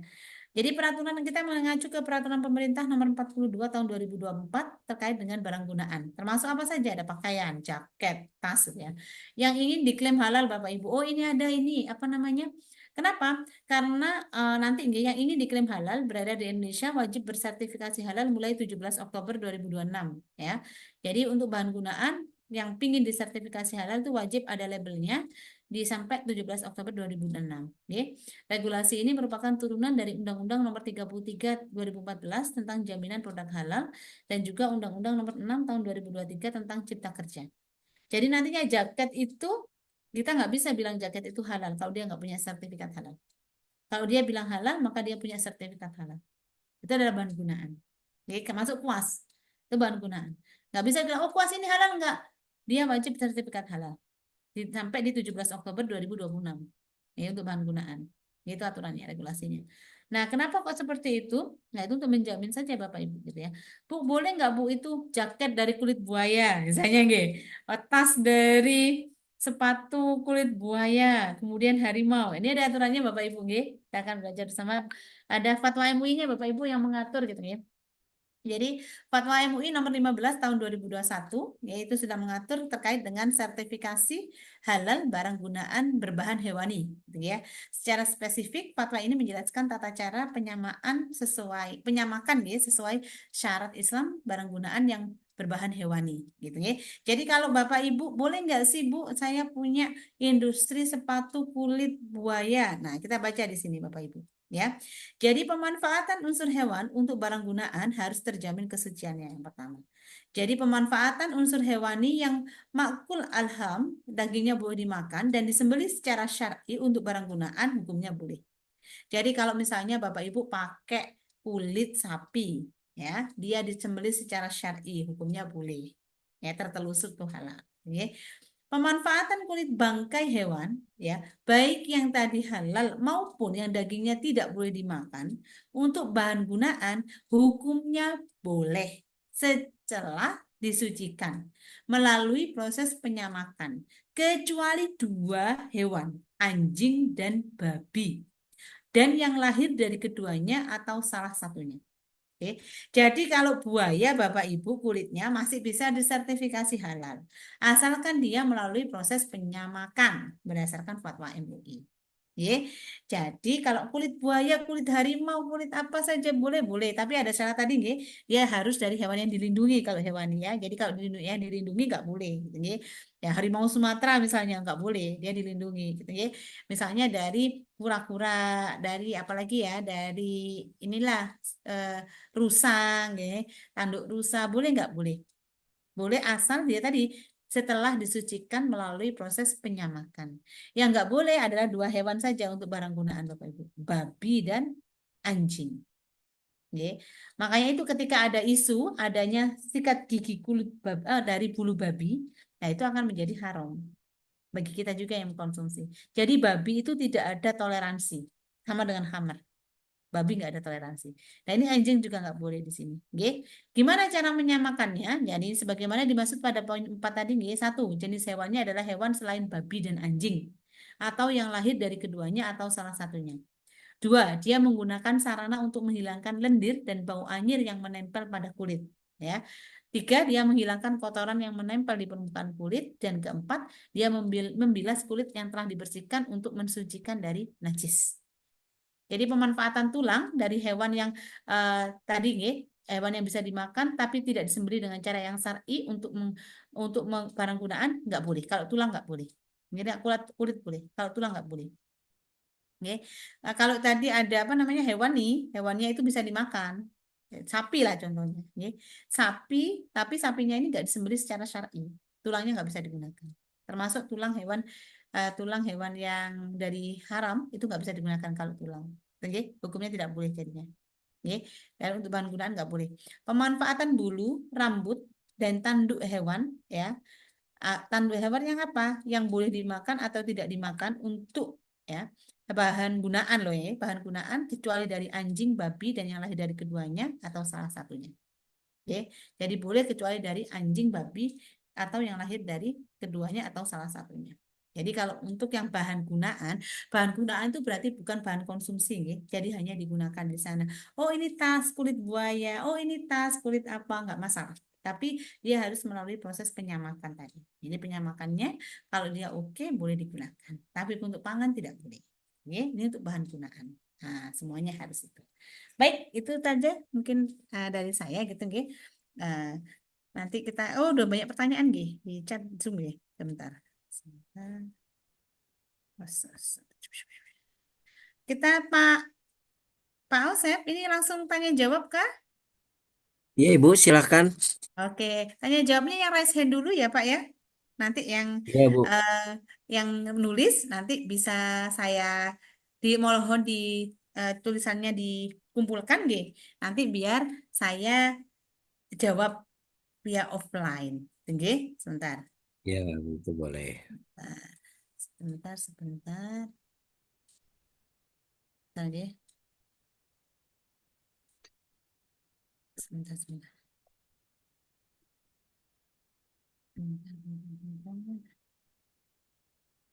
Oke, pertanyaan yang pertama yang raise hand. Sebentar.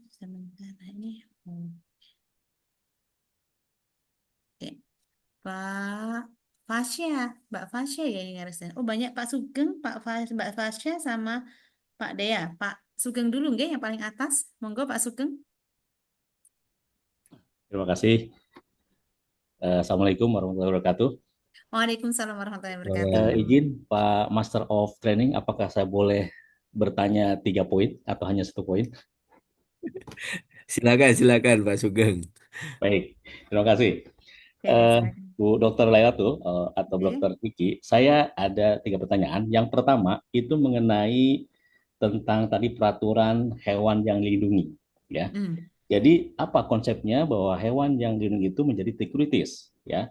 Padahal hewan yang dilindungi itu bisa saja seperti mungkin berjenis kerbau atau hewan yang memang halal dimakan gitu loh. Jadi Oke. kenapa itu menjadi titik kritis gitu ya? Yang pertama. Terus kalau ada hewan yang dilindungi, konsep saya itu berarti ada tumbuhan yang dilindungi gitu loh. Berarti ada tumbuhan yang dilindungi yang terjadi titik kritis gitu loh. Nah, itu yang pertanyaan pertama yang menjadi 2 poin. Terus yang berikutnya, tadi Ibu sempat memberikan sektor tentang turunan-turunan hewan. Di situ disebutkan kalau telur tanpa ada proses itu menjadi non titik kritis atau halal. Yang jadi pertanyaan saya, apakah itu semua telur? Karena saya tahu bahwa telur itu tidak hanya telur ayam, tidak hanya telur bebek, tapi ada telur penyu, ada telur buaya, ada telur mungkin ular gitu ya. Jadi konsepnya itu apakah semua telur dari hewan-hewan yang haram atau memang tidak ideal dimakan, apakah itu juga halal gitu atau tidak kritis ya? Oke. Satu lagi Bu Dokter. Jadi tentang RAM tadi ya. Tadi saya hanya membaca bahwa itu hanya di minuman, bahwa tidak boleh dikonsumsi kalau dia diminum gitu ya. Tapi kalau dalam makanan apa masih boleh dikonsumsi atau dipakai gitu dalam makanan. Terima kasih, Dokter. Terima kasih, Pak Oke, Master. baik, terima kasih. Baik, terima kasih Pak Sugeng. Saya akan menjawab yang pertama nih. Nah, jadi kenapa kok itu diharamkan gitu? Sebenarnya ini diharamkan berdasarkan regulasi kita nih, Bapak nggih. Jadi bukan berdasarkan dia hukum syar'inya nggih. Jadi kenapa kok diharamkan dia yang menggunakan bahan yang dilindungi tadi nih? Kenapa hewan yang dilindungi itu kok nggak boleh digunakan nih? Jadi kalau hewan yang dilindungi itu termasuk dari larangan hukum negara, Bapak Ibu. Jadi tujuannya sih banyak sih negara kita melindungi jumlahnya, populasinya dan sebagainya. Terus kenapa kok itu ikut-ikut ke kita gitu nih? Jadi kita hukumnya adalah kembali ke fikih halal gitu ya. Jadi kalau fikih halal itu kan bahan yang diperoleh dengan cara yang haram atau ilegal yang dilarang oleh negara Ya, itu Bu. juga termasuk dari Boleh. nggak diperbolehkan gitu nggih. Jadi jatuhnya ke sana, tapi kalau secara hukum hukum bahannya belum tentu dia itu halal gitu ya. Belum tentu dia haram gitu ya. Contohnya tadi mungkin kerbau tadi nggih, mungkin suatu saat kerbau populasinya sangat kecil, mungkin saja dia dilindungi gitu nggih. Jatuhnya dia adalah di status halal yang merupakan pelanggaran hukum negara, Bapak. Jadi regulatory compliance-nya. Jadi larangan hukum negara. Jadi kalau misalnya secara fikih kita juga karena kita berada di negara ini gitu nggih. Kalau secara fikih kita melanggar hukum daripada yang berlaku di situ tadi, maka dia menjadi titik kritis juga. Makanya nggak diperbolehkan Bapak Ibu. Jadi untuk dapat sertifikat halal. Nggih. Kalau untuk konsumsi gimana Bu? Jadi kalau konsumsi pribadi sih jatuhnya ke zatnya Bapak. Jadi kan Bapak nggak ngajukan sertifikat halal untuk konsumsi pribadi, ya kan? Tapi kalau misalnya ketemu dan itu dilindungi terus dipenjara, jadi jatuhnya hukum negara kan gitu nggih. Kalau untuk konsumsi pribadi is okay. Tapi kalau ketangkap ya pasti itu kan dilindungi hukum negara gitu. Nggih. Makanya di sini dia tidak bisa tersertifikasi karena bukan status daripada kehalalan bahannya, tapi lebih ke status ke larangan hukum negaranya. Tuh. Jadi untuk tujuan negara, jadi kemaslahatan umat, ya berarti kita harus mengikuti hukum negara yang ada di Indonesia. Seperti itu nggih Pak nggih, untuk yang pertama nggih, jatuhnya. Kemudian yang kedua telur nggih, mohon maaf ini telur telur hewan halal Bapak nggih. Jadi maksudnya yang di sini adalah telur hewan yang halal gitu, nggih. Jadi pastinya nggak semua jenis telur yang diperbolehkan gitu nggih. Jadi telur yang diperbolehkan adalah telur dari hewan yang halal gitu ya. Yang halal sudah pasti halalnya, maka itu yang kita konsumsi. Gimana kalau misalnya telurnya dari hewan yang berbahaya, Bu? Nah, itu harus perlu ditelusur lagi gitu ya. Ada yang jualan telur apa? Telur buaya misalnya seperti itu nggih. Jadi ada ketentuannya gitu ya. Jadi memang dia harus dari telur daripada hewan yang halal. Ya, jadi hewan yang halal itu ya yang diatur dalam Kaban itu juga sudah mengatur di situ gitu ya. Jadi harus kita ikuti juga seperti itu. Terus yang ketiga tadi terkait dengan rum gitu Bapak. Rum gitu. Jadi rum itu kenapa kok kalau misalnya di minuman kan haram gitu ya. Apakah dia kalau di makanan itu haram juga gitu kayak apakah haram apa halal kalau misalnya dia di makanan gitu nggih. Jadi kita telusur sejarahnya rum dulu Bapak Ibu nggih. Jadi sejarahnya rum dulu. Rum itu adalah dia diproses melalui fermentasi dan destilasi khamr Bapak Ibu. Nggih. Jadi dia jatuhnya bukan sedikit atau banyak. Jatuhnya adalah dia khamr. Mau sedikit mau banyak, mau di makanan mau di minuman, jatuhnya akhirnya adalah haram. Ya. Minuman beralkohol hasil fermentasi khamr. Jadi untuk mengidentifikasi Bapak Ibu, dia halal atau enggak produk beralkohol itu, telusuri dulu dia fermentasinya jenisnya apa. Kalau jenisnya fermentasinya adalah khamr, mau 0,001%, mau di makanan, mau di minuman, jatuhnya adalah haram. Oke. Jadi semua bentuk khamr hukumnya haram baik diminum maupun di makanan maupun dicampur obat-obatan maupun diapakan lah. Pokoknya kalau dia fermentasi khamr jatuhnya adalah haram. Implikasinya apa? Semua produk yang menggunakan turunan khamr tidak halal. Oke. Jadi untuk dikonsumsi pribadi aja nggak bisa, apalagi untuk sertifikasi halal. Oke. Jadi kalau misalnya ada klaim nih, klaim misalnya, oh ini ada kan kalau misalnya kita pakai bumbu dapur, alkoholnya menguap gitu kan ya. Nah, apakah bisa dijamin itu? Karena apa? Kalau turunan khamr itu 0,001% itu dia pasti tetap haram. Ya. Jadi kalau ada alkohol khamr penguapan 100% tidak menggugurkan keharamannya Bapak Ibu. Oke. Yang penting dia khamr walaupun itu sedikit banyak jatuhnya haram. Oke. Mengatakan nggih Pak Sugeng nggih? Ada satu yang terlewat, Bu Dokter, Yang mana yang ya Pak ya? masalah tadi kan ada hewan yang dilindungi. Yang saya Nggih. tanyakan pertama itu ada nggak tumbuhan atau nabati yang Oh iya dilindungi? sih tumbuhannya Nah, di. karena ini berdasarkan Nggih. di lapangan, di market itu ada kertas APP itu halal, Bu. Nah, Terus apa? apakah kertas ketik atau kertas printer itu dari Asia Pulp Paper itu halal? Jadi saya ingin menggali lebih jauh, apakah ada tumbuhan atau nabati yang dilindungi juga gitu yang akhirnya bisa saja mempengaruhi sertifikasi halal sebuah produk gitu. Oh iya iya Terima iya. kasih Bu Dokter. Oke, ini saya mohon maaf Bapak. Untuk pertanyaan ini saya belum tahu informasinya. Kalau untuk hewan yang dilindungi, untuk bunga mungkin ada nggih. Jadi beberapa tanaman yang dilindungi gitu nggih. Tapi kalau untuk yang konsumsi, ini saya belum tahu Bapak informasinya nggih. Jadi yang memang yang ada di dalam Kepkaban itu adalah hewan yang dilindungi, tumbuhan yang dilindungi belum ada di peraturan regulasi Kepkaban itu 2023 Bapak. Jadi yang memang tertulis di sana adalah hewan yang dilindungi, seperti itu. Jadi untuk tanaman yang dilindungi eh saya belum pernah mendengar yang untuk konsumsi nih. Jadi intinya pokoknya nanti kalau misalnya dia ada di Kepkaban nanti ada intinya oh ini termasuk hewan tanaman yang sangat endemik gitu ya mungkin Pak nggih. Jadi sangat langka gitu ya. Mungkin tidak bisa dikonsumsi maka jatuhnya ya tadi sama dengan hukum daripada hewan Bapak. Tapi di Kepkaban untuk sampai saat ini Bapak di Kepkaban itu yang diatur adalah yang hewan yang dilindungi.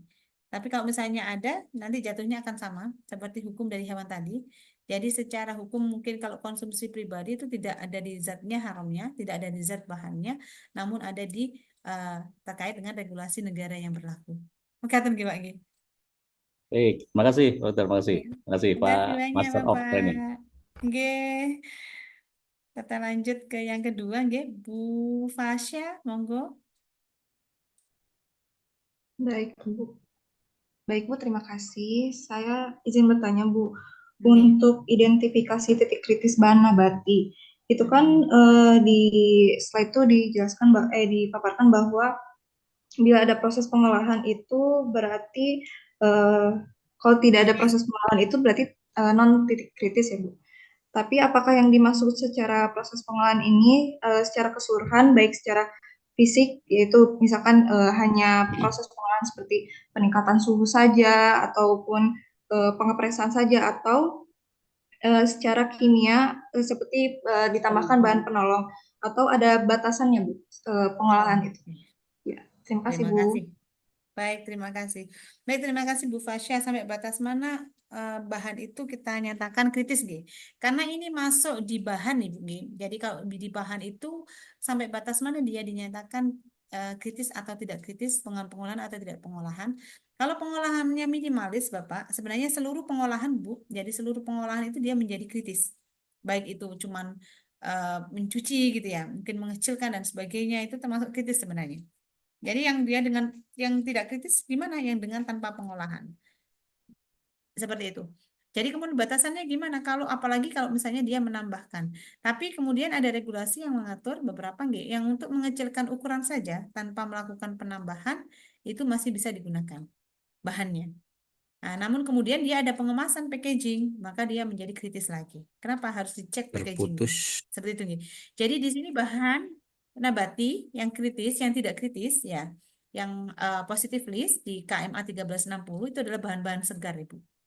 Jadi bahan-bahan segar yang dia tanpa pengolahan. Ini jatuhnya nantinya tanpa pengolahan.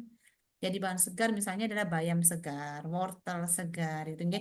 Jangan jangan dipaksa dia punya sertifikat halal dan dokumen pendukung ketika produknya adalah bahan-bahan nabati segar. Oke. Tapi kalau misalnya hanya dikeringkan saja, gimana Bu? Jadi kalau dikeringkan saja, nanti Bapak Ibu tetap wajib melampirkan diagram alirnya. Oke. Jadi diagram alirnya nantilah yang menjadi pendukung Bapak Ibu membuktikan bahwa tidak ada kontaminasi di dalamnya. Jadi kalau misalnya dia nggak punya bahan, jadi bahannya kalau misalnya dia hanya fisik berarti bahannya nggak kritis, tapi kritisnya nanti di prosesnya, gitu nggih. Jadi bahannya nggak kritis nggak nambahkan gitu ya. Kalau nambahkan bahan lain, nah, jadi bahan kritis karena ada bahan tambahan dan bahan penolong yang digunakan. Oke. Jadi batasan kritis di sini adalah batasan potensi ada tidaknya potensi Bapak Ibu. Jadi Bapak Ibu harus bisa menentukan ini ada tidaknya potensi bahwa dia bisa menjadi tidak halal tadi. Jadi ketika saya potong dengan proses saya, bisa nggak dia ada potensi tidak halal? Oh, nggak bisa karena ini dia hanya memotong dan mengeringkan dan semuanya dijamin uh, higienis, gitu ya, dari perusahaannya PU-nya oke. Kalau dia bisa menjamin itu higienis dan dia nggak ada kontaminasi, dia menjadi tidak kritis. Seperti itu nggih, Bu, nggih. Jadi untuk batasannya ya tergantung daripada potensi dia menjadi tidak halal tadi. Kalau potensinya itu ada di bahan tambahan dan penolong, pasti menjadi bahan kritis. Ketika ada tambahan yang digunakan. Tapi ketika dia hanya mengeringkan, maka nanti titik kritisnya bukan di bahan tapi di prosesnya. Begitu nggih? Bu Fasya? Iya. Baik, Bu. Terima kasih, Bu. Oke, terima kasih. Kemudian Pak Dea, monggo. Pak Dea. Bertanya 3 pertanyaan, Bu. Oh, 3 pertanyaan, Oke, monggo. Izin, Bu. Yang pertama, saya ingin bertanya, Bu. Misalnya kita menggunakan alat swab, Bu. Ternyata pada saat dicek, alat swabnya itu ternyata ada kemungkinan DNA animal babi, Bu. Nah, kita menggunakan alat swab itu untuk di manufaktur yang industri fat, Bu. Otomatis industri fat itu rata-rata dia nggak boleh kena air, Bu. Karena itu salah satu bahan yang bisa menyebabkan tumbuhnya mikro, Bu. Nah, apakah boleh, Bu, seandainya kita sudah tahu itu pada alat swabnya itu ada kemungkinan DNA animal babi, tapi untuk verifikasinya kita hanya menggunakan analisa laboratorium DNA animal test. Jadi kalau hasilnya negatif, kita sebagai corrective action bahwa tidak ada kontaminasi babi yang intake dalam proses kita, Bu. Yang kedua, Bu, biasanya kan di area proses itu kita kan ada monitoring pest ya, Bu ya. Hmm. Nah, kayak serangga sih pestnya, Bu. Tangkapan di flycatcher kayak gitu, Bu. Nah, Oh, itu ada. kita kan nggak tahu ya itu serangga itu 5 intake menit. dalam produk Jam apa 5. enggak, Bu? Apakah bisa, Bu, kita menetapkan proses itu apa produk kita itu halal meskipun di area kita tuh ternyata tangkapan serangganya tuh lumayan banyak gitu. Itu yang kedua, Bu. Yang ketiga, Bu, ini saya nggak tahu, Bu. Itu dia kalau misalnya kita menggunakan alkohol sebagai proses cleaning, Bu.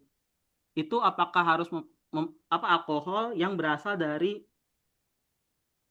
Hammer ya tadi kalau nggak salah itu sebagai alat cleaning, tapi apakah kita harus membuktikan bahwa alkohol itu nguap gitu, Bu, hilang kayak gitu sih, Bu. Tiga itu. Terima kasih, Oke. Bu. Baik, terima kasih untuk Pak Dea. Nggih. Ini lebih aplikatif nih pertanyaannya. Jadi Pak Dea kita ke hukum peralatan sama mungkin nggih. Jadi yang ditanyakan Pak Dea ini adalah tentang hukum peralatan. Bagaimana misalnya alat itu kita gunakan berkali-kali dan ada satu produk itu yang punya POK gitu nggih, Pak nggih, DNA-nya seperti itu nggih. Ya, Bu, peralatannya Al- alat swabnya ternyata ada poknya gitu, Bu. Alat Oke, swab baik. buat misalnya mikro Oke. gitu. Seperti ini Bapak untuk jenengan nanti kalau misalnya labnya ini mau tersertifikasi halal nggih. Labnya yang disertifikasi halal atau produknya ini? Produknya, Bu. Jadi kita Produknya. Oke. memastikan bahwa lain ini tuh nggak terkontaminasi babi lah gitu, Bu. Karena kan produk Oke. yang lewat kan banyak pasti kan, Bu. Iya, Nah, itu. oke. Bapak untuk penggunaan jasa laboratorium, ya, untuk memastikan produk, ya, itu laboratorium tidak bisa sembarang laboratorium. Ya. Jadi laboratorium untuk uji halal itu harus ada laboratorium yang dia sudah diakui oleh BPJPH dan dia digunakan oleh LPH, terdaftar di BPJPH. Itu, nggih. Jadi kalau memang dia mau mau memastikan dia nggak ada DNA POK, maka di situ ada prosedur yang sudah standar dari BPJPH yang kita gunakan. Jadi bukan standar yang mungkin dimiliki lab tersebut, tidak. Jadi nanti Bapak Ibu penyelia, kalau misalnya mau uji, nggih, kan penyelia kan hanya dampingi produk nih. Ini mau uji nih untuk memastikan nggak ada labnya, COE lah dapatnya, nggih. Bagaimana caranya? Maka jenengan harus menghubungi LPH. LPH nanti yang akan merekomendasikan laboratorium yang sudah terdaftar ke BPJPH. Oke, jadi terkait dengan regulasi nih. Kemudian metode yang digunakan oleh lab tersebut yang sudah diakui oleh BPJPH adalah metode yang digunakan oleh BPJPH. Jadi dia yang memastikan nantinya gimana metodenya sudah ada aturan regulasinya di sana, termasuk alkohol.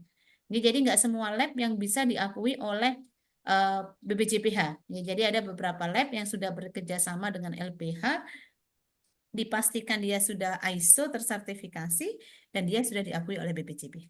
Mengatakan nggih. Jadi kalau ini shotnya ini untuk ini nggih supaya meyakinkan gitu nggih, jangan-jangan kontaminasinya dari produk sebelumnya gitu kan Pak Dea nggih. Padahal produk saya nggak ada Betul, Bu. POP-nya nih gitu ya. Gimana ini Iya. gitu ya. Makanya itu di sini BPJPH sudah punya ini nggih, sudah punya apa namanya? Mekanisme Bapak nggih untuk menjamin bahwa laboratoriumnya juga kredibel. Nah, di BPJPH itu sudah ini nggih, mensyaratkan pendirian LPH dia harus punya sumber daya. Salah satunya adalah laboratorium, Bapak, gitu ya.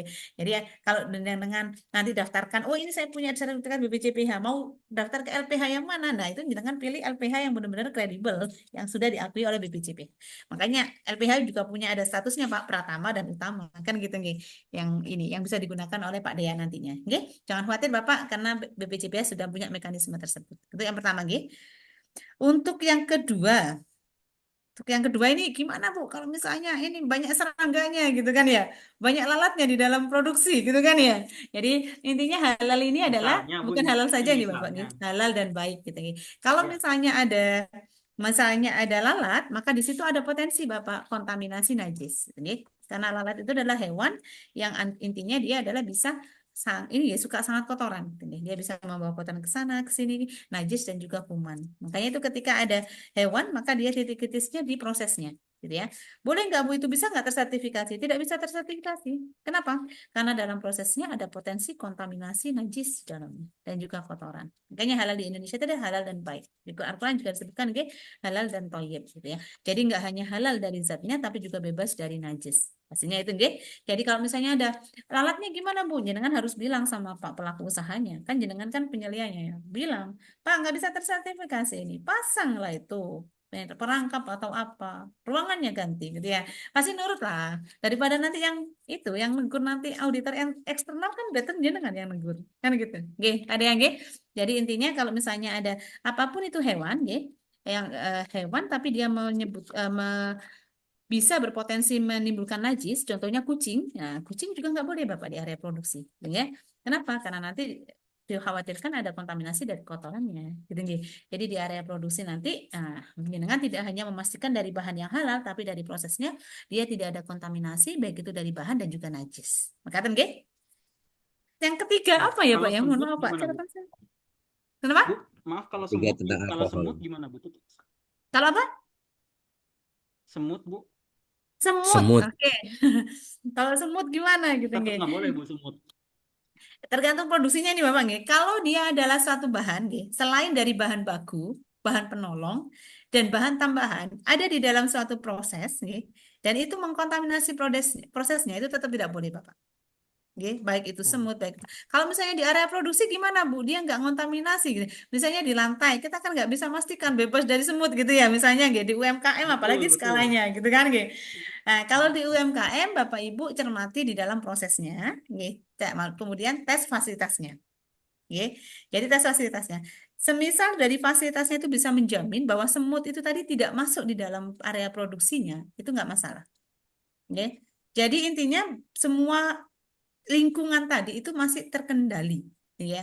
Kalau misalnya semutnya sudah di mana-mana, Bu, itu nih nggak bersih dan sebagainya, ya janganlah. Kenapa? Nanti alasannya jenengan adalah mohon maaf ini banyak daripada hewan ini nantinya masih berpotensi kontaminasi. Jadi untuk dapat sertifikasi halal itu masih sulit ya. Sebenarnya ranahnya nanti akhirnya hygiene sanitasi sih Pak kalau semut nih. Hygiene sanitasinya, tapi memang halal itu kan harus halal dan thayyib Bapak. Jadi memang kita harus meminimalisir segala potensinya. Semut boleh ada di dalam ruangan. Yang penting dia nggak masuk di dalam produk akhir dan selama prosesnya dia nggak masuk di lininya. Kalau ditemukan semut gimana temuan? Oke, bukan karena semut haramnya bukan karena semut halalnya, tapi kita tidak bisa menjamin bahwa semut itu bebas dari najis. Akhirnya jatuhnya di najisnya. Katakan, nggih? Siap, Nggak, terima Bu. kasih Bapak. Pak Dea Yang sampun, alkohol Pak. tadi, Bu. Oh, yang mana Pak? Yang alkohol, Bu. Jadi Oh kalau iya Alkohol. alkohol tuh, alkohol. Kalau nyata nggih untuk itu hukum wajib. alkohol nggih. Alkohol sebagai Heeh. bahan pencuci kan gini ya sebagai Iya, betul. sanitasi nih Apakah kalau nggak salah nggih. Betul. betul, Betul, Pak? betul, ya, Bu, betul. Oke, baik. Betul, Alkohol Bu. untuk sanitasi bagaimana hukumnya gitu kan? Kita di lab juga sering pakai alkohol itu, Pak, nggih. Bagaimana hukum kehalalan alkohol untuk sanitasi? Satu, Bapak. Nggih, alkohol untuk sanitasi diperbolehkan gitu, nggih. Ya, alkohol itu diperbolehkan, nggih. Dengan syarat satu, bebas dari khamar. Malah yang khamar nggak boleh. Ya, jadi alkohol itu boleh digunakan untuk sanitasi dan didesinfeksi, ya. Dia nggak ada kadarnya, nggih. Tapi bukan untuk konsumsi, ya. Jadi fungsinya untuk apa? Untuk sanitasi, ya. Jadi untuk sanitasi alkohol 70% Ibu buat membersihkan meja. Boleh, boleh, ya. Jadi ada fatwa MUI-nya. Jadi nanti ketika Bapak Ibu ada di bagian ini gitu, processing gitu, di dalam bawahnya gitu gitu. Jadi nanti kalau Ibu masuk di kriteria kehalalan pangan obat kosmetik gitu ya dan sanitasi, maka selama dia bukan daripada alkohol, ya bukan dari khamr, ya, kemudian dia fungsinya untuk penggunaan luar, ya, itu nanti jatuhnya adalah seperti kosmetik. Ya, dia penggunaan luar, kan dia penggunaan luar tidak untuk apapun gitu, ya. Jadi nanti yang dihitung adalah produk akhirnya gitu ya. Alkohol untuk sanitasi boleh non pangan ya, tidak tersisa pada akhir produknya. Ya, kita kayak gitu. Tapi kalau non hammer tetap nggak boleh. Nggih. Jadi bahan hammer tetap nggak boleh. Jadi nanti jatuhnya ke sana Bapak. Jadi ada batasannya enggak? Yang penting dia udah hilang untuk bersihkan gitu aja. Jadi nggak apa-apa. Kalau Jadi nggak boleh hammer, carry kalau over ke yang produk ya, Bu? etanol loh ya. Iya, yang etanol tuh nggak boleh carry over ke produk berarti, Bu. Nggak boleh Kenapa? sampai carry over ke produk. Untuk yang etanol tadi yang itu apa yang alkohol bukan dari produk sampingan hammer tuh nggak boleh carry over ke produk berarti, Bu. Kalau take Poinnya. over ke produk pun, nempel gitu nggak Carry Pak over. maksudnya? Iya, betul Nah, gitu maksudnya, Bu. kalau Iya. nempel ya nggak boleh lah Pak. Kalau misalnya Oh, jenengan masih nyuci pakai alkohol ya dibiarkan kering dulu lah. Kan dia nguap tuh. Dia kan nguap. Etanol oke, Bu. nggak Terima apa-apa, kasih, Bu. ya nguap hilang sudah. Yang etanol loh ya. Yang hammer nggak boleh. Yang hammer Iya, yang Bu. nggak boleh. Oke? Etanol nggak masalah buat Oke, pencucian. Bu. diperbolehkan di kita. Oke, untuk disinfeksi, ya, hygiene sanitasi, untuk bunuh mikroba tujuannya. Jadi, kan nggak mungkin juga untuk apa Iya, nyuci meja sebanyak buat minum gitu. iya, Karena saya ada iya sedikit benar Bu. sejujurnya Itu untuk sih mikroba biasanya tadi. Oke, siap. etanol Pak Eko sama mungkin 70% nggih, bisa monggo. dibuat. Sampun Iya, nggih Pak Dea? Oke nggih. sampun Bu. Oke, sekarang Pak Eko monggo. Itu nanti jatuhnya seperti hand sanitizer Pak Dea. Hand sanitizer itu kan alkohol juga. Iya kan? Pakai tangan-tangan gini loh. Iya kan? Kalau enggak gitu kan ya Iya, jatuhnya ya. Jadi betul, jatuhnya betul, Bapak betul. karena itu fungsinya untuk hygiene sanitasi, jatuhnya ke kosmetik gitu ya. Dia enggak ada batasan, yang penting dia penggunaan luar dan tujuannya tidak untuk makanan minum. Oke, itu enggak masalah. Oke, kemudian Pak Eko enggak jadi? Pak Eko Wahyudi? Oh, enggak jadi. Pak Asap, Pak Asap, ada pertanyaan?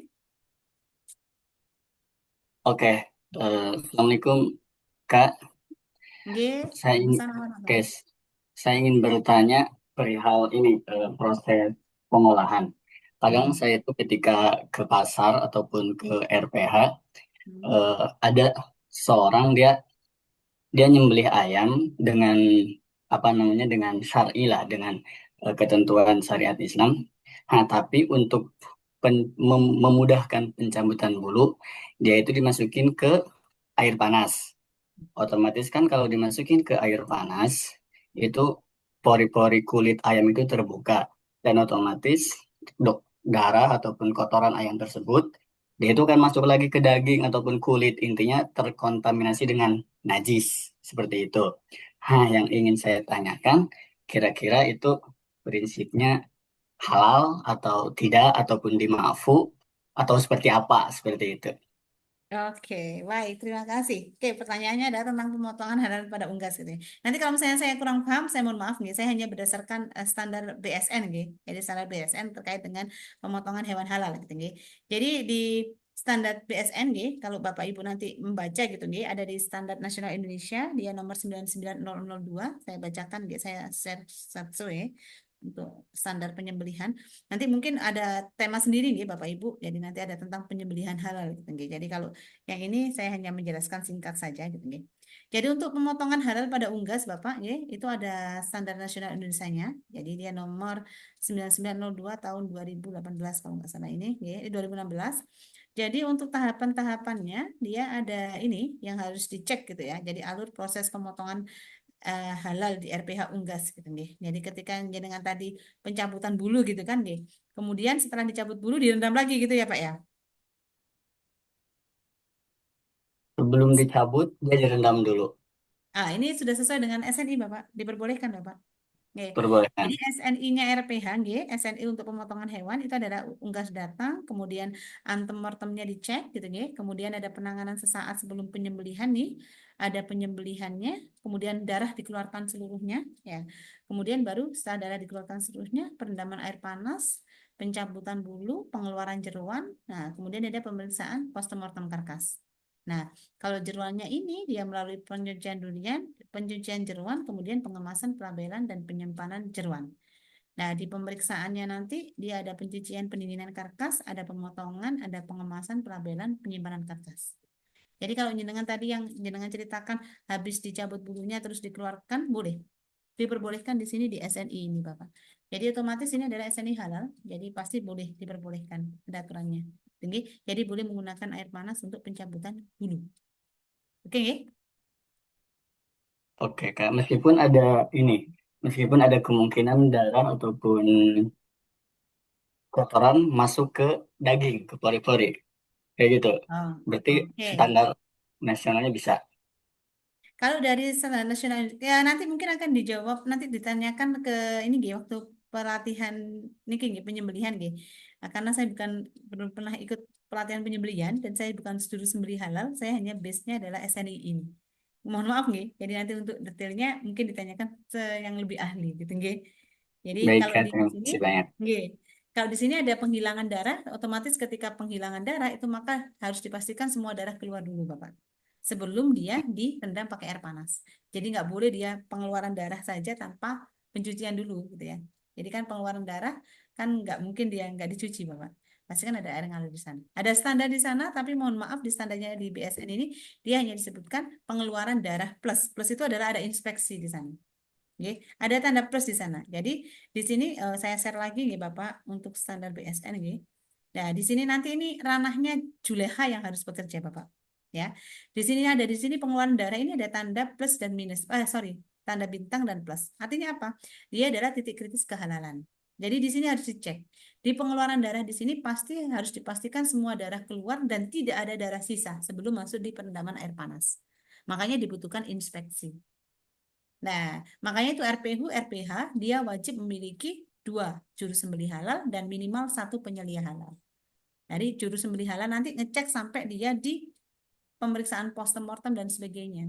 Dia harus bisa memastikan ketika pengeluaran darah, semua darah keluar sebelum dia dimasukkan di perendaman air panas. Karena dia masuk titik kritis. Harus dipastikan darah nggak ada darah sebelum masuk perendaman air panas. Ya. Itu pastinya di sini tandanya seperti itu Bapak. Jadi bukan dikeluarkan, cuma dibiarkan, kemudian langsung direndam air panas, ya enggak. Karena apa? Di sini pengeluaran dalam hal ini adalah tidak ada lagi darah. Dia masuk di titik kritis. Nggak ada darah lagi, baru direndam air panas. Makatan ya? Bisa dipahami? Bisa Kak. Terima kasih banyak Kak. Sama-sama. Oke, Pak. Bagaimana ini Pak? Saya masih banyak pertanyaan ini, dilanjut atau bagaimana? Dari Satu saya lagi ya? cukup. Oke, baik dari Bu Ayu dulu nggih, mungkin Silakan. the last one, Bu Ayu Mungkin sama ke Pak Pak Firman. Firmansyah. Oh, Pak Firman saja. Oke, baik, Pak Firman silakan. Silakan, Bapak. Assalamualaikum warahmatullahi wabarakatuh, Ibu. Waalaikumsalam warahmatullahi wabarakatuh, Bapak. Satu aja pertanyaan, Bu. Waktunya udah mepet ya. Iya. Ini Bu, Masih ada 8 menit sampai dengan jam 5. Siap, nggih. mengenai kendaraan, Bu. Misalkan kita bawa kendaraan, mobil box gitu kan. Kita bawa barang-barang yang non halal. Taruhlah halal tadi apa gitu, daging gitu kan. Nah, terus kita mau bawa barang-barang yang halal gitu. Proses pencuciannya itu seperti apa, Bu? Apa cukup disiram pakai air aja atau bagaimana? Mungkin itu aja sih, Bu. Baik, terima kasih. Nggih. Ini gini Bapak, kalau misalnya ini jasa logistik nih Pak Firman, nggih. Jadi bukan jasa makanan, kita jasa logistik sekarang. Gimana caranya prosedurnya SOP-nya, Bu? Nah, satu, Saya sih bahwa lebih ke jasa makanan, mohon maaf Bu. Saya catering sebetulnya. Tapi oh kan di kadang gini catering. Bu. Iya. Tapi kan gini Nggih, Bu. nggih. Pengalaman kita. Jadi Nggih. ada ada catering yang halal, ada yang non halal. Misalkan ada Betul. catering yang ekspatriat gitu kan. Nah, Hmm. pernah suatu saat mereka menitipkan barang sampah X, mereka menitipkan ke mobil, mau nitip sebetulnya belum. Teman saya cegah, mau nitip. Nah, di situ dia ngomong, Pak, ini barang non halal. Saya bilang mohon maaf, karena barang-barang kita halal semua, kendaraan kita membawa membawa bahan-bahan halal semua. Ini saya tolak. Cuman ini sebagai pengalaman aja. Bagaimana Bu kalau misalkan terjadi seperti itu, loss gitu, misalkan anak-anak memperbolehkan gitu loh. Ya, Itu oke. Bu. Baik, terima kasih Bapak. Wah, ini titik kritis ini Bapak. Nggih.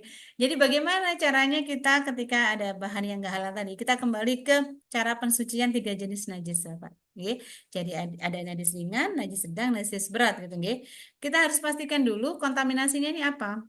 Gitu nggih. Jadi kalau kontaminasinya ini masuk dia di najis ringan, nggih. Jadi pensuciannya kita menuju kita ke arah sana gitu nggih. Oh, berarti dia dicuci dengan air bersih sampai zatnya hilang, baunya hilang. Oke. Tapi kalau dia mengandung yang ini, yang najis berat gitu ya, air liur anjing, babi dan sebagainya, maka dia pencuciannya harus 7 kali dan salah satunya dia harus menggunakan bu. Nah, itu kita pensuciannya untuk alat transportasi ngacu ke penghilangan najis juga, Bapak.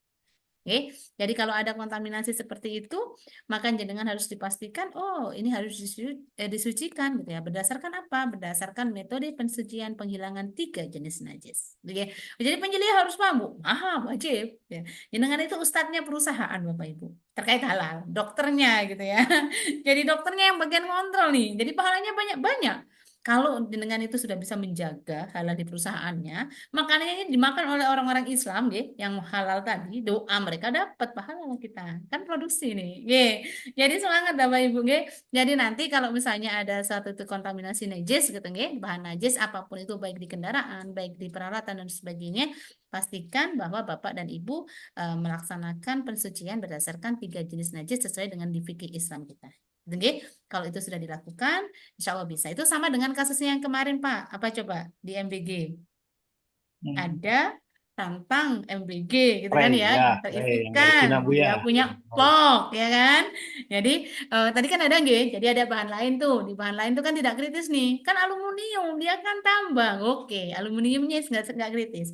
Tapi ternyata salah satu, nggak semuanya di produsen impor.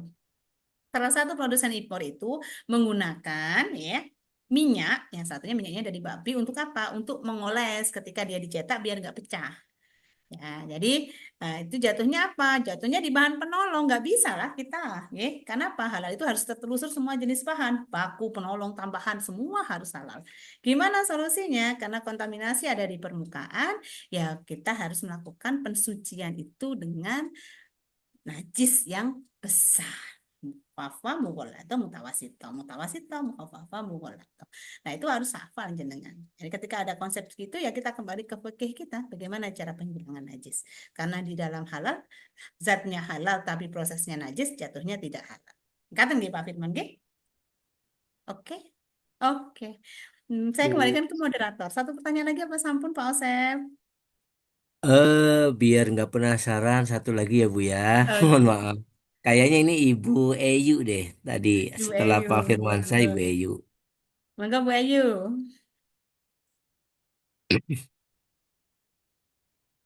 Halo, Bu Ayu. Ibu Eyu Bu. Aku, Assalamualaikum. Apakah Waalaikumsalam Bu suara Ayu. saya terdengar, Bu? Sampun. Sebelumnya saya minta maaf Ibu, belum bisa on cam karena kamera saya bermasalah. Eh, Perkenalkan, saya Suharni selaku owner usaha kuliner yang sedang merintis usaha Chinese food. Nah, pertanyaan saya, apakah bahan impor yang telah memiliki sertifikasi halal di negara asalnya diperbolehkan untuk digunakan di Indonesia dan apa ketentuan yang perlu dipenuhi agar sesuai dengan regulasi halal di Indonesia, Bu? Dan Oke, baik. Selain itu, Bu, bagaimana ketentuan penggunaan bumbu yang terdaftar halal dan dapat dicek melalui website si halal namun belum memiliki logo halal pada kemasan? Mohon arahan dan penjelasannya, Bu. Terima kasih, Bu. Oke, terima kasih Bu Said Suharni. Ya, ini teknis banget gitu, nggih. Oke, kita akan membahas yang pertama tentang sertifikat halal luar negeri, nggih. Dia diakui nggak, nggih? Jadi intinya Bu Suharni, ketika nanti kita menggunakan bahan ini itu semuanya, nggih, untuk ketika bahannya itu adalah bahan dari luar negeri, ya, maka kita harus cek dulu ke lembaga penerbitnya, Bapak Ibu. Nggih. Jadi di dalam BPJPH nanti nggih, di dalam BPJPH itu sudah ada list nggih. LHLN-nya nggih. Jadi nama LHLN atau lembaga halal luar negeri yang diakui. Jadi yang bisa diakui yang tidak membutuhkan sertifikat halal lagi yang sudah punya ini nggih apa namanya U2U Memorandum of Understanding lah intinya nggih pengakuan MRA-nya itu bisa dicek di BPJPH. Kalau yang mengeluarkan itu adalah LHLN yang terdaftar di BPJPH, maka jenengan nggak perlu punya sertifikat halal lagi. Jadi itu tetap langsung diakui. Bisa langsung diakui. Ya, saya share ya. BPJPH untuk Bu Erni. Oke. Beri ke Bu Erni. Jadi di sini ada list data nggih dari BPJPH-nya nggih. Dari BPJPH-nya dia sudah punya list data lembaga halal luar negeri yang dia sudah punya MRA nggih. Jadi Food and Beverage misalnya Al-Baqarah Certification. Dia sudah punya dari Al-Baqarah Certification dengan impor bahan dari China, dia sudah punya is oke, bisa diterima dan bisa digunakan di Indonesia. Jadi jenengan harus cek dulu LHLN-nya siapa. Kalau misalnya LHLN-nya belum punya MRA dengan BPJPH kita, maka nggak bisa digunakan bahan itu, Bu. Jatuhnya ya nggak bisa digunakan. Oke. Kalau misalnya kita tes di sini gimana, Bu? Nggak bisa. Karena misalnya itu jatuhnya adalah berarti jenengan harus mengajukan halal dari sini untuk produknya dia. Ngapain? Better ganti produk lah. Kan jenengan pengguna, bukan produksi bahannya kan. Double kerja jenengan. Jadi kalau jenengan hanya sebagai pengguna, ya, better cari produk-produk yang dia sudah halal sertifikat, ya. Supaya apa? Produk jenengan supaya tersertifikat. Bu, saya mau ini, tapi ini nggak punya LHLN yang diakui BPJPH. Apakah saya harus cek lab? Ngapain Anda susah-susah cek lab? Padahal dia masuk di KMA misalnya 944. Lah suruhlah perusahaan mereka. Tolong kalian daftar itu halal melalui Al-Baqarah yang sudah diakui negara kita. Baru saya pakai tuh produknya. Kalau jenengan usaha kecil ya sudah, ganti saja bahan. Oke. Jadi boleh digunakan Bapak Ibu semuanya, baik itu obat-obatan, makanan dan yang lainnya, bahan impor yang punya sertifikat halal, tapi yang diakui halalnya yang terdaftar di sini. Ada 101 ya. Ya, sorry, halamannya sih 101 ya, pastinya banyak gitu ya. Jadi ada yang halamannya ini yang sudah memenuhi syarat registrasi daripada BPJPH. Emeranya ada nih. Ya, dicek emeranya, kalau udah nggak berlaku nggak bisa. Ini ada dari Queensland Australia, misalnya Australia Halal Food Service, udah punya emera nih, diakui di sini. Tulis saja itu, minta sertifikat halalnya, minta ininya, nanti mereka akan diakui, bisa digunakan sebagai bahan dokumen bahan pendukung. Ya, tapi kalau dia tidak tidak punya LHLN yang nggak terdaftar, dia nggak bisa. Oke, jadi harus terdaftar dulu di LHLN-nya. Makanya, oke? Kemudian Siap, Bu. apa lagi ya pertanyaannya, Mbak? Satu saja kan ya? Iya. Oke, jadi itu nggih Bapak Ibu. Jadi untuk yang perusahaan-perusahaan impor bahannya mohon dipastikan bahwa dia punya sertifikat halal satu, dua sertifikat halalnya sudah terdaftar atau diakui oleh BPJPH melalui laman BPJPH di LHLN. Oke, kalau nggak punya itu sudah nggak usah ribet-ribet daripada ngurusi bahan yang bukan produknya jenengan, bukan produknya perusahaan, ganti. Kalau mereka diganti nih, ya sudah kamu urusi dulu halalmu di perusahaan di negaramu. Pakai halal yang ini yang diakui negaraku, gitu ya. Jadi itu yang paling mudah, ya. Kita harus punya ini bargaining gitu ya. Jadi jangan mereka halal. Kita juga punya regulasi Bapak Ibu. Jadi kita juga harus memastikan yang di sana juga. Itu kan kasusnya Mixu kemarin kan. Banyak bahan mereka dari impor luar negeri gitu kan ya. Kita harus cek satu-satu. Akhirnya lama kan. Bukan berarti Mixu itu nggak halal, tapi masih berproses di BPJPH. Karena harus dicek satu-satu impor Bapak Ibu. Negara lain mungkin di sana halal, di sini nggak halal lah. Kita kan harus rapat dulu nih. Ini gimana bisa digunakan di negaraku kan gitu. Nggih? Jadi itu nggih kalau misalnya hanya pengguna, mohon pastikan halal saja biar nggak ribet nantinya. Ngaten nggih? Baik, terima kasih Pak Asep. Iya Ibu, terima kasih atas penyampaiannya luar biasa nih. Mungkin masih ada satu Pak Eko, tapi mungkin bisa disimpan saja ya Pak ya. Besok masih Oh, ada gini materi yang Pak lain Pak. Asep. Nanti Oke? di chatnya nggak mau direkapkan gitu nggih. Tapi karena saya hari ini Iya, terakhir entry nilai, saya akan jawab besok. Nggih, saya nggak kirimkan apa-apa. ke Pak Asep. Nggih, mohon maaf karena Ya, ada entry nilai nanti terakhir saya yang harus rekap Bu. koreksi. Saya Iya baik. rekapkan, akan saya jawab insya Allah per kalimatnya sesuai dengan kemampuan saya. Dan mohon maaf apabila tidak ada kesalahan, tapi berdasarkan ini saya akan try dengan kemampuan terbaik saya untuk menjawab semua pertanyaan dari Bapak Ibu. Ngaten Iya. nggih? Ibu nanti saya rekapkan, akan saya kirim ke Ibu. Nanti jawabannya akan kita share juga kepada teman-teman peserta semua. Ibu Lela, Ibu Kiki, terima kasih banyak sudah berbagi ilmu pengetahuan dan pengalaman semuanya pada semua peserta. Mungkin kita bisa akhiri untuk sesi Ibu Lela. Kita berikan applause untuk Ibu Lela nih. Kasih materinya saya share habis Oke, ini nggih terima Pak. kasih. Kasih. Ya, Ibu, silakan Ibu jika Mohon ada maaf nih Bapak Ibu keperluan. atas kesalahan saya, kalau ada kesalahan dari saya. Terima kasih banyak. Selamat untuk menjadi penyelia halal. Saya doakan berkah, sukses semuanya. Assalamualaikum. Waalaikumsalam.